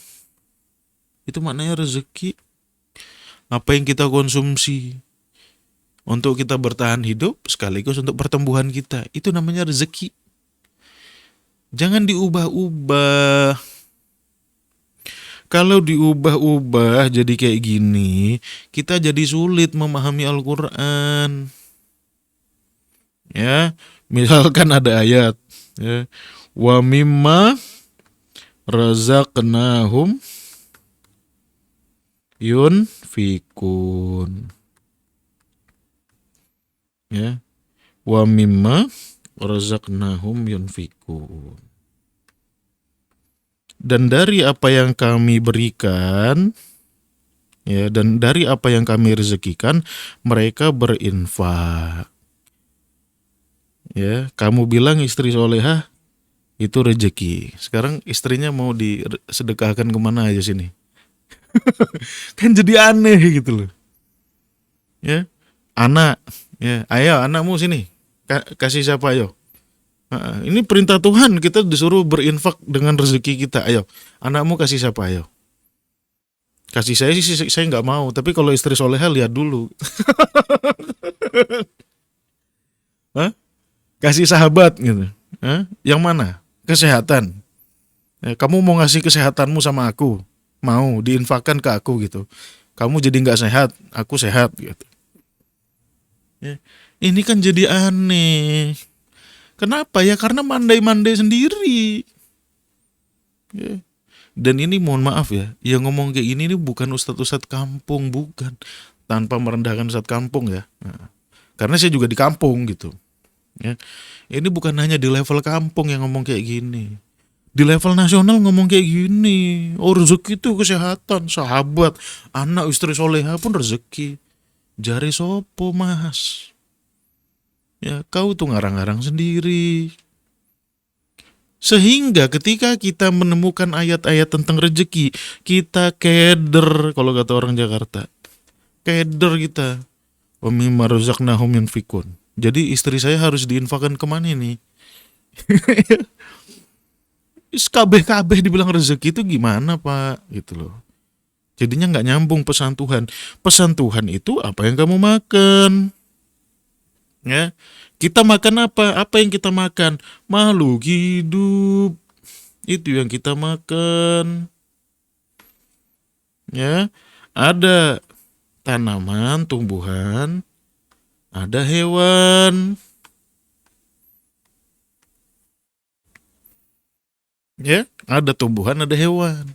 Yang kita makan makhluk hidup. Ya, nggak mungkin kita makan benda mati, nggak mungkin. Di sini ada yang makan batu koral, ada yang makan batu bata nggak di sini? Coba angkat tangan. Ada yang makan besi sama beton nggak? Apa? Ada yang makan besi sama baja nggak di sini? Ada nggak? Nggak ada ya? Siapa? Ada yang makan apa namanya? Abu Abdillah Al-Majalingki makan besi apa makan batu tuh? Hah? Kamu makan besi apa makan batu? Abu Abdillah. Ini diajak waras nggak mau, maunya ngikutin orang. Ya, ngikutin orang udah salah, diikutin terus gitu. Disuruh berpikir Qur'ani nggak mau. Ini berpikir Qur'ani, kajian ini kajian Qur'ani. Nggak self claim dari tadi yang dibahas ayat gitu loh, bukan pendapat pribadi saya, dodol. Ya. Ya. Kan kita nggak mungkin makan batu, makan besi, baja nggak ya. Kita makan makhluk hidup. Ya, yang dimakan kalau nggak tumbuhan, hewan. Oke, clear ya. Kita makan tomat, kita makan buah-buahan, ya, daun-daunan, batang-batang.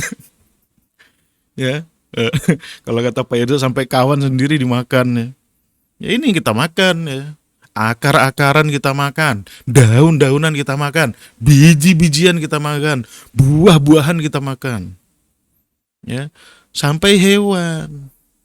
Ya, sekarang saya tanya sama teman-teman, makhluk hidup asalnya dari mana?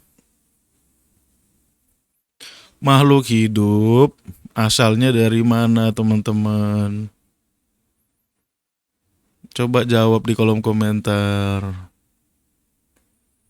Makhluk hidup asalnya dari air.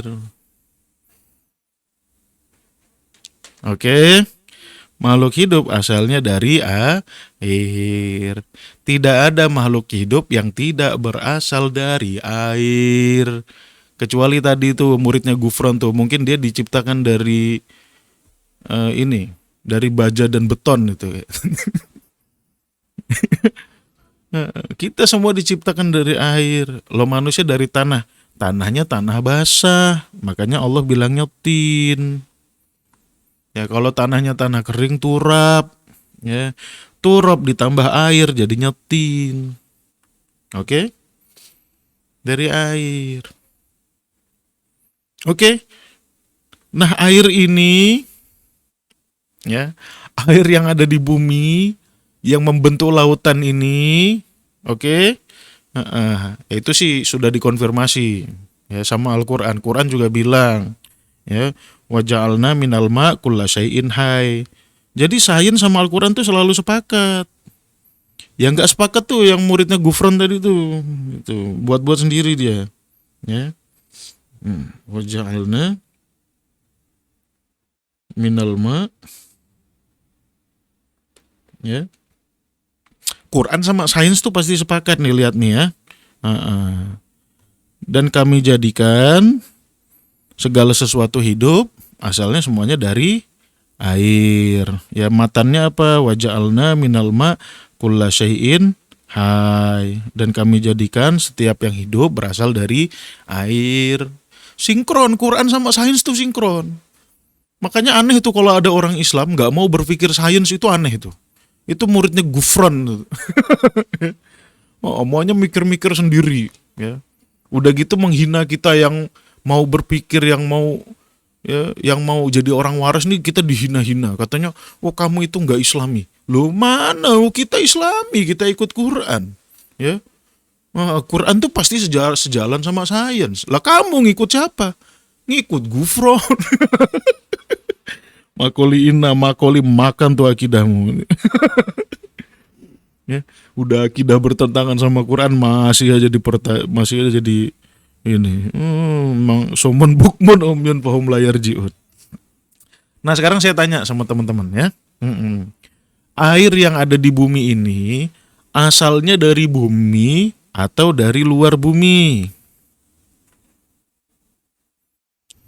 Air yang ada di bumi asalnya dari bumi atau dari luar bumi? Ya. Ini yang jawab yang ngerti sains.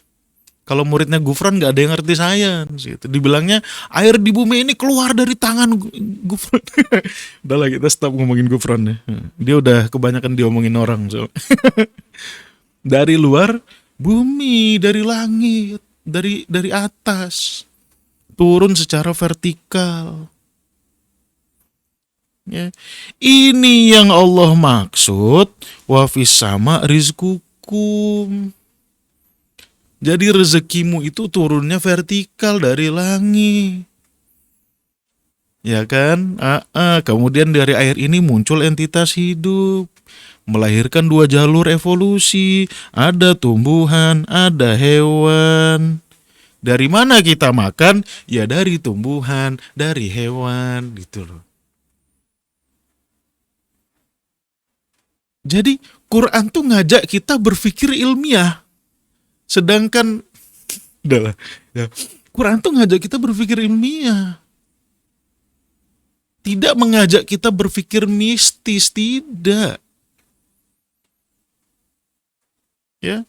Benar gak kata Quran? Benar. Bumi ini dulunya mati, gak ada air. Ya. Ketika turun air, ya, ketika turun air, ya, lihat nih ayatnya nih. Di antara tanda-tandanya adalah bahwa kau lihat bumi ini kering, dulu nggak ada air. Kemudian turun air, lahir kehidupan. Ya, fa idza anzalna 'alaihal ma ihtazat wa robbat. Ini Quran. Tanya sono sama orang sains kalau nggak percaya. Pasti mereka mengatakan hal yang sama. Ya, kecuali ya, kecuali orang-orang yang berpikir mistis. Ya, ini loh. Jadi kadang-kadang penjelasan Al-Quran tuh justru ada di Al-Quran itu sendiri. Ya, air itu yang Allah katakan nih nanti akan menjadi rezekimu. Dia turun dari langit. Turun dari luar angkasa, ya, seperti itu, oke? Ya, kemudian ada ayat lagi yang biasanya sering digunakan ustadz-ustadz sebagai dalil, ya kan? Apa ayatnya? Wa ma min dabatin fil ardi illa 'alallahi rizquha. Wa ma min dabatin fil ardi illa 'alallahi rizquha. Ya. Tidaklah, ya kan? Tidaklah ada sesuatu yang melata di bumi ini, ya, melainkan Allah lah yang memberi rezeki. Benar. Asalkan yang menyampaikan itu ustadznya nggak lebay. Kadang-kadang ustadznya lebay. Jadi ini kan secara kasat mata, nggak perlu pinter-pinter. Ya, ini kita paham ayat ini maksudnya apa. Allah menyediakan rezeki semua yang melata di muka bumi. Ya, wa ya'lamu mustaqarraha, dan Allah tahu di mana tempatnya. Wa mustaudaaha, dan Allah tahu di mana tersimpannya. Kullun fi kitab mubin. Semuanya ada dalam sistem yang nyata. Oke? Tetapi ustadz kadang-kadang lebay. Dia bilang apa?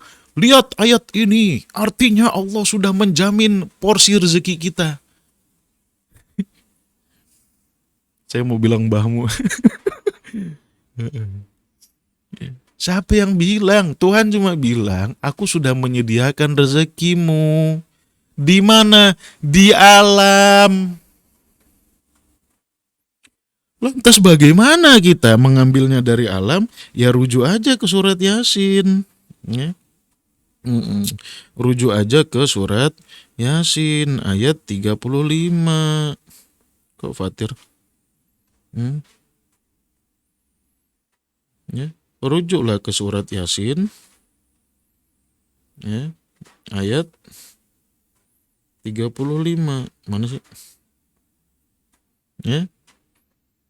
Apa kata Allah di surat Yasin? Ya, coba lihat, perhatikan baik-baik.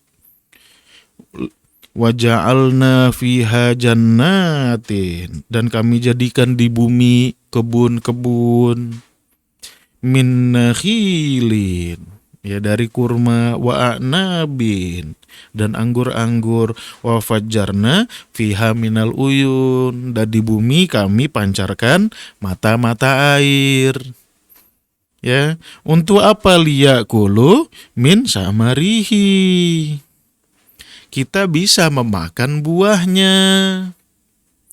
Wa ma'amilathu aidihim, dan atas usaha tangan mereka.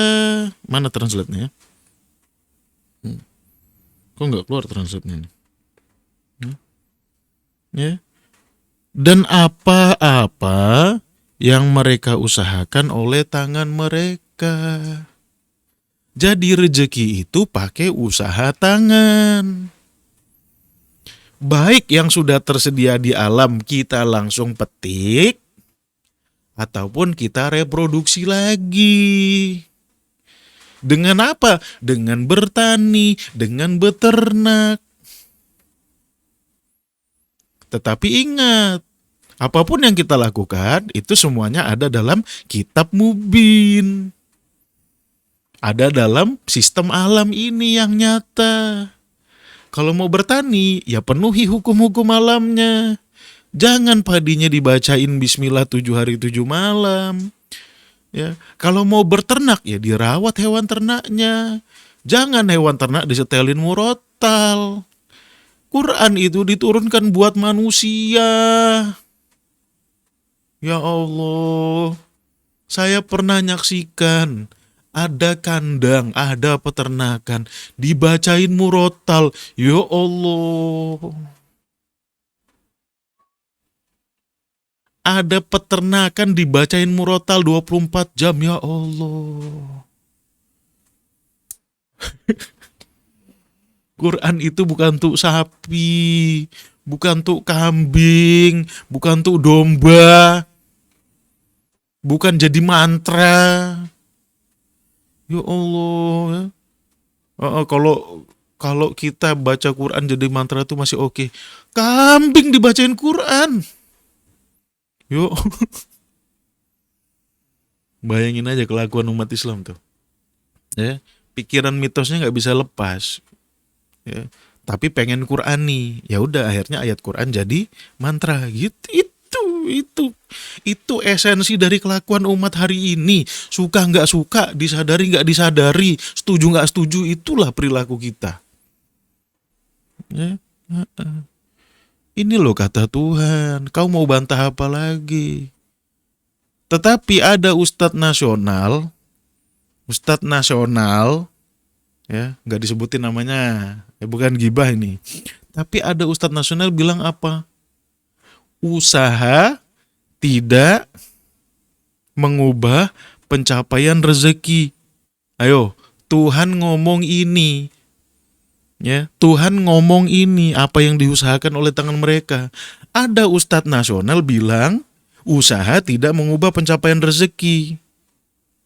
Kalian percaya yang mana? Coba jawab di kolom komentar. Percaya ustadz nasional atau percaya Tuhan? Coba jawab di kolom komentar, ayo, ini ujian keimanan. Ya. Percaya Tuhan atau percaya ustadz nasional yang bilang usaha tidak mengubah pencapaian rezeki? Percaya mana? Ya. Ini kalian komentar di depan ayatnya langsung nih. Ya. Percaya mana? Percaya Tuhan atau percaya Ustadz nasional? Ya. Sekarang kalau teman-teman percaya Tuhan, sesuai sama fakta nggak di lapangan? Sesuai atau tidak? Jawab di kolom komentar. Kalau percaya Tuhan, sesuai nggak sama fakta di lapangan?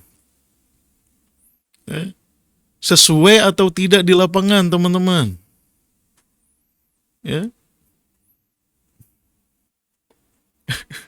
sesuai nggak sama fakta di lapangan? Kalau percaya Tuhan nih, Tuhan bilang rezekimu melalui usaha tanganmu sendiri. Sesuai nggak sama fakta di lapangan? Sesuai. Ya, sesuai. Yang bilang nggak sesuai itu hidup di mana? Di Pluto. Hah? Yang bilang nggak sesuai, kamu hidup di mana? Ya, di planet Namek. Sesuai. Kalau ikut kata Tuhan, ya kan? Tuhan ngomong dari awal tuh rezeki turun dari langit, ya kan? Yang turun itu air, kemudian berevolusi jadi tumbuhan, jadi hewan. Dari situlah kita makan, ya. Dengan usaha tangan kita sendiri, ya bisa petik, bisa reproduksi. Kalau dapat berlebih suruh infak, itu loh rezeki gitu loh. Ya. Jadi kalau Tuhan berfirman, itu pasti koheren, jelas juntrungannya kemana, maknanya apa, jelas.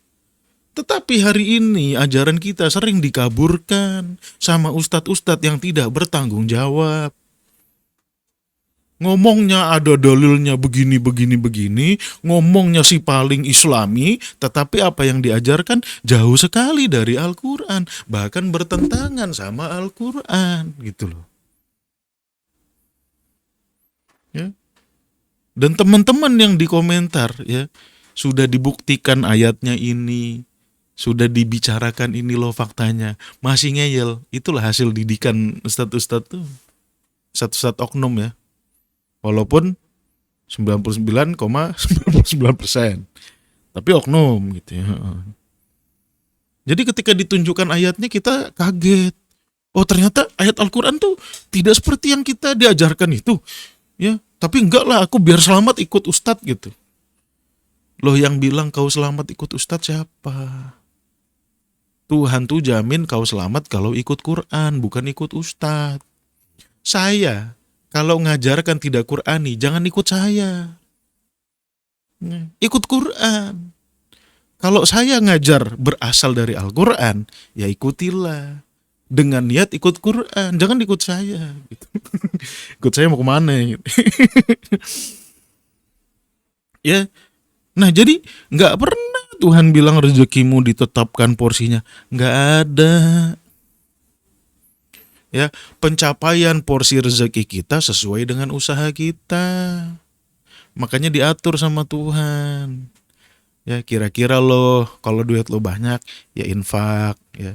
Kalau duit lo banyak zakat dong, kasih yang membutuhkan. Ya. Boleh kau mencari duit tapi dengan cara-cara yang benar, jangan menzolimi orang gitu. Ya, kalau Tuhan udah netapkan ngapain Tuhan ngatur? Nah, ini apa namanya? Otak di mana sih? Di dengkul. Masih di sini apa udah di dengkul sih otak kita nih. Ya, jodoh udah tadi kita bahas. Ya, buat apa Tuhan nentukan jodoh? Ya. Kalau Tuhan ngatur juga. Ya. Kalau Tuhan ngatur, artinya Tuhan belum nentukan.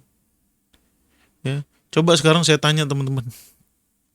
Tuhan sudah menentukan kita masuk surga atau neraka belum? Sudah atau belum? Jawab di kolom komentar. Ya. Tuhan sudah menentukan kita masuk surga atau neraka? Sudah atau belum? Coba jawab di kolom komentar. Sudah menentukan atau belum? Ya. Belum. Yang bilang sudah, coba di brainwash otaknya tuh. Ya. Ada yang bilang sudah, coba bayangin aja. Tuhan sudah nentukan kita masuk surga atau neraka sudah atau belum? Belum. Ya. Kalau sudah tuh kata adik saya tuh, betapa meaninglessnya hidupmu. Iya, kalau Tuhan udah nentukan, ngapain gue lahir, cok, gitu. Hmm. Ya. Jadi ini loh, ya Allah, belum. Makanya kita diarahkan. Ya, relevan. Tuhan belum nentukan, ya, makanya Tuhan ngarahkan kita. Kamu hidup begini ya.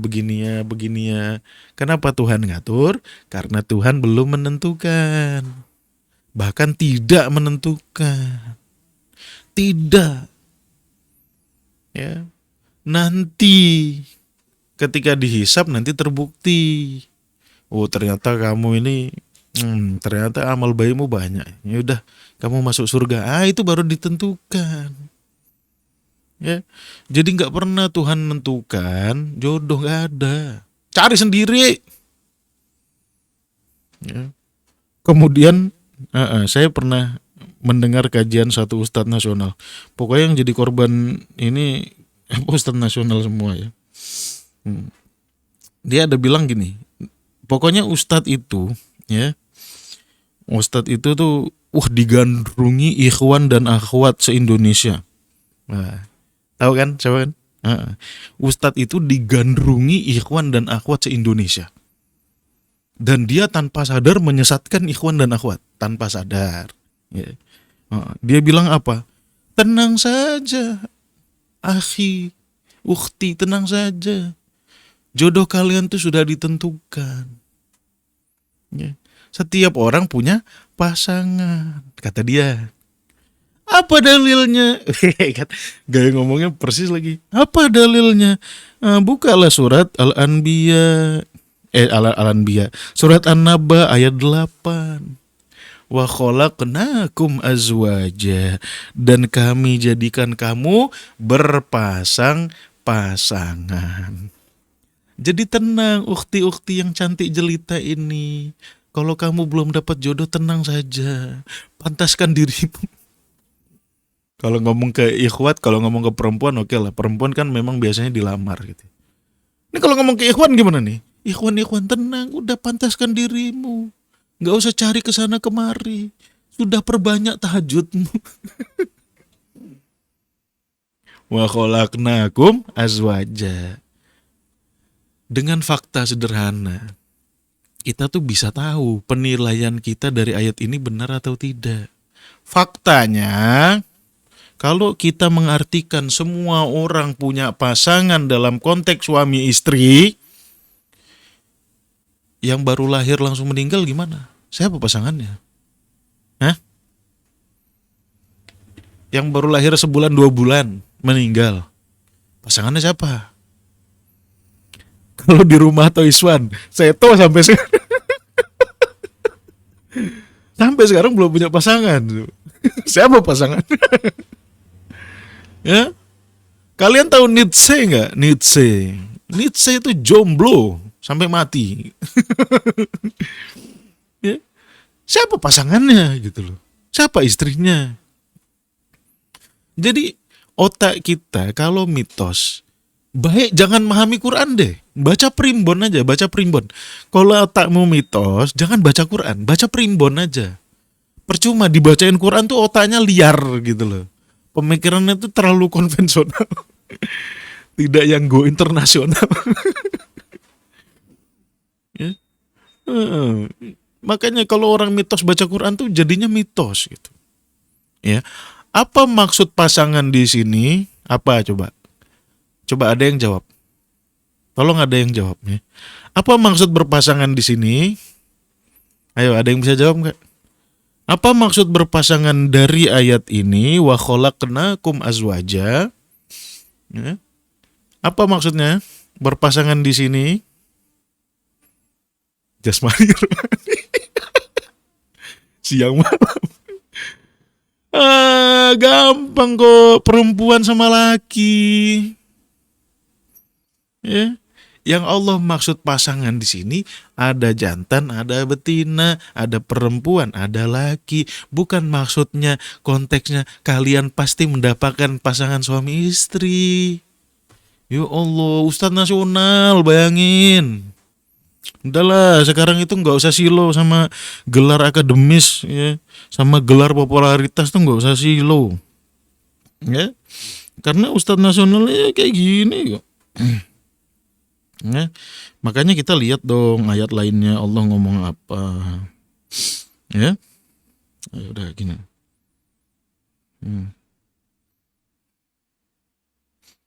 Ya, kita lihat dong di ayat lainnya Allah ngomong apa.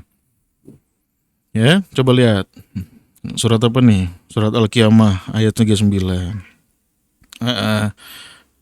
Alam yakunut fatan min maniyin yumna. Kamu dulu kan dari natfah, dari mani. Ya. Tsumma kana alaqatan fakhalaqa fasawwa. Kemudian terbentuk segumpal daging. Nah, dari sinilah, dari proses embriologi inilah muncul zaujain. Ya, dua yang berpasangan. Apa yang dimaksud pasangan di sini? Ada dzakar, ada unsa. Jadi ngomongin jenis kelamin, bukan ngomongin jodoh. Makanya kalau Tuhan ngomong di satu ayat, coba cari penjelasan dulu di ayat lainnya, siapa tahu ada. Jangan langsung berpikir mistis. Oh, nggak ngapa-ngapain tiba-tiba kawin, nggak bisa. Kawin tuh harus nyari, lihat siapa, ya kan? Tetangganya, circle kerjanya, kawannya, sahabatnya, teman lama, siapa kek? Orang Nabi aja dapat siapa? Nabi aja dapat Siti Khadijah di circle kerja, kan bosnya itu, ya. Nabi itu dapat jodoh di circle kerja karena kerja bareng, tahu Nabi gimana sifatnya, ya. Enggak ada rahasia Allah.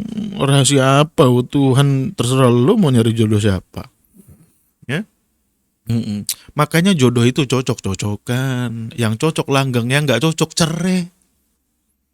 Kenapa ya? Karena pilihanmu. Karena kalau pilihan Tuhan kok cerai, berarti pilihan Tuhan cacat. Ya itulah, makanya mikir kalau ngomong itu. Jangan ngomong dulu baru mikir. Mikir dulu baru ngomong gitu loh. Ya. Apalagi nasib. Udah lah, kalau nasib pakai ayat ultimate aja lah, ya. Man syaa falyu'min. Ya. Man syaa falyu'min. Wa man syaa falyakfur. Yang mau beriman silakan. Enggak mau beriman silakan. Jadi kau tuh punya otonomi. Ya. Otonomi itu nggak bisa disetting kayak robot, nggak bisa. Makanya Tuhan cuma bisa ngarahkan, nggak bisa disetting kayak robot, ya kan? Kemudian di ayat lain, ya, apa Allah bilang? Innallah la yughayyiru ma biqaumin hatta yughayyiru ma bi anfusihim. Ya, Allah tidak mengubah suatu kaum sampai mereka ngubah sendiri. Jadi kalau kamu nasibmu kurang baik, perbaikilah. Ya. Kadang-kadang kita baca redaksi setelahnya nih, pikirannya mistis lagi. Wa idza aradallahu biqaumin su'an fala maraddalah. Lah ini kalau Allah menghendaki buruk bagi kita, kita nggak bisa apa-apa. Ya enggak. Lihat dulu, Allah itu reaksi. Siapa yang beraksi? Kita. Kuncinya di kita. Kalau kitanya nggak mau, ya udah, Tuhan pun angkat tangan gitu loh.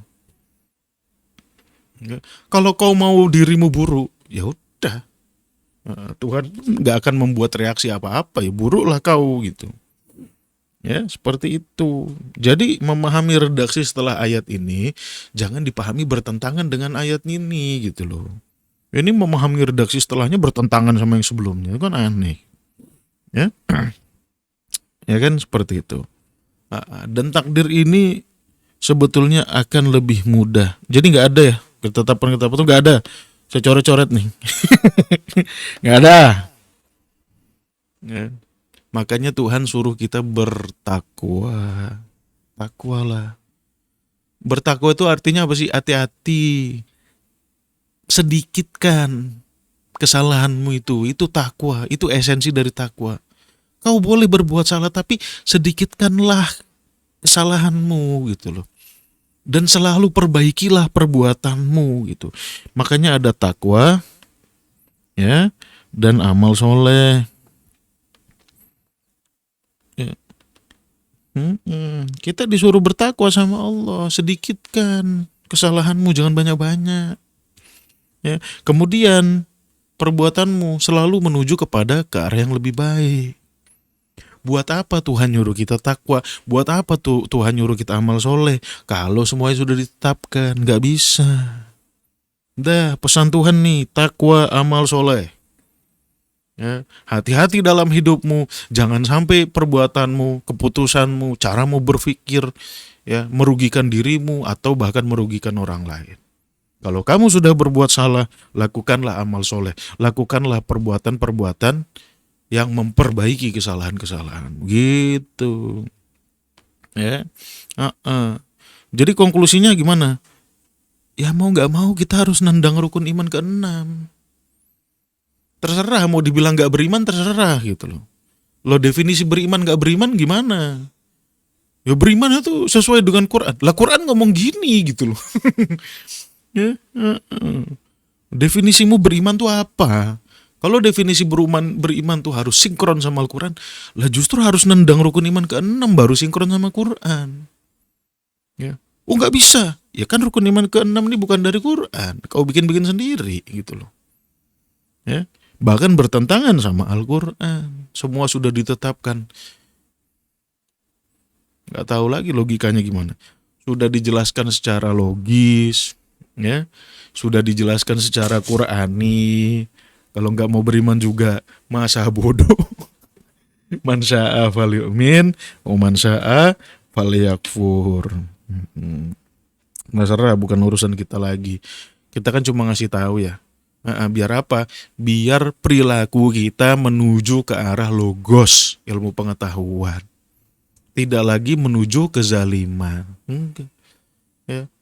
Jadi dengan mengetahui hal-hal kayak gini, mengetahui oh ternyata akidah kita selama ini tidak Qurani, ya Allah, ya udah terima aja, nggak usah banyak bantah gitu loh, terima aja. Oh ternyata akidah kita tidak Qurani, ya udah nggak apa-apa, besok perbaiki, itu namanya amal soleh. Tapi kalau udah dikasih tahu ngotot tuh nggak begitu, nggak begini, itu kalau di Quran namanya summun bukmun fahum la yarji'un. Udah dikasih tahu, ayatnya dikasih tahu, faktanya dikasih tahu, masih nggak mau berubah, namanya apa? Sumun, bukmun, fahum, layar jiun, ila yaumil qiyamah, ila yaumi yub'asu man fil ardi. Ya, oke itu dulu teman-teman pembahasan kita pada malam hari ini. Gimana? Seru nggak teman-teman pembahasan kita? Seru nggak? Seru nggak teman-teman? Seru nggak teman-teman? Seru nggak? Seru ya. Jadi setelah pembahasan kita malam hari ini, kita harus mengeliminir rukun iman ke-6. Ya. Terserah mau dibilang nggak beriman, terserah. Aku pegangkanku Quran, itu Quran nggak bisa salah. Apapun yang bertentangan sama Al-Quran, biar 1000 orang meyakini, aku buang gitu. Oke? Itu aja, mohon maaf kalau ada salah-salah kata, mohon maaf kalau ada menyinggung ya, mudah-mudahan dimaafkan.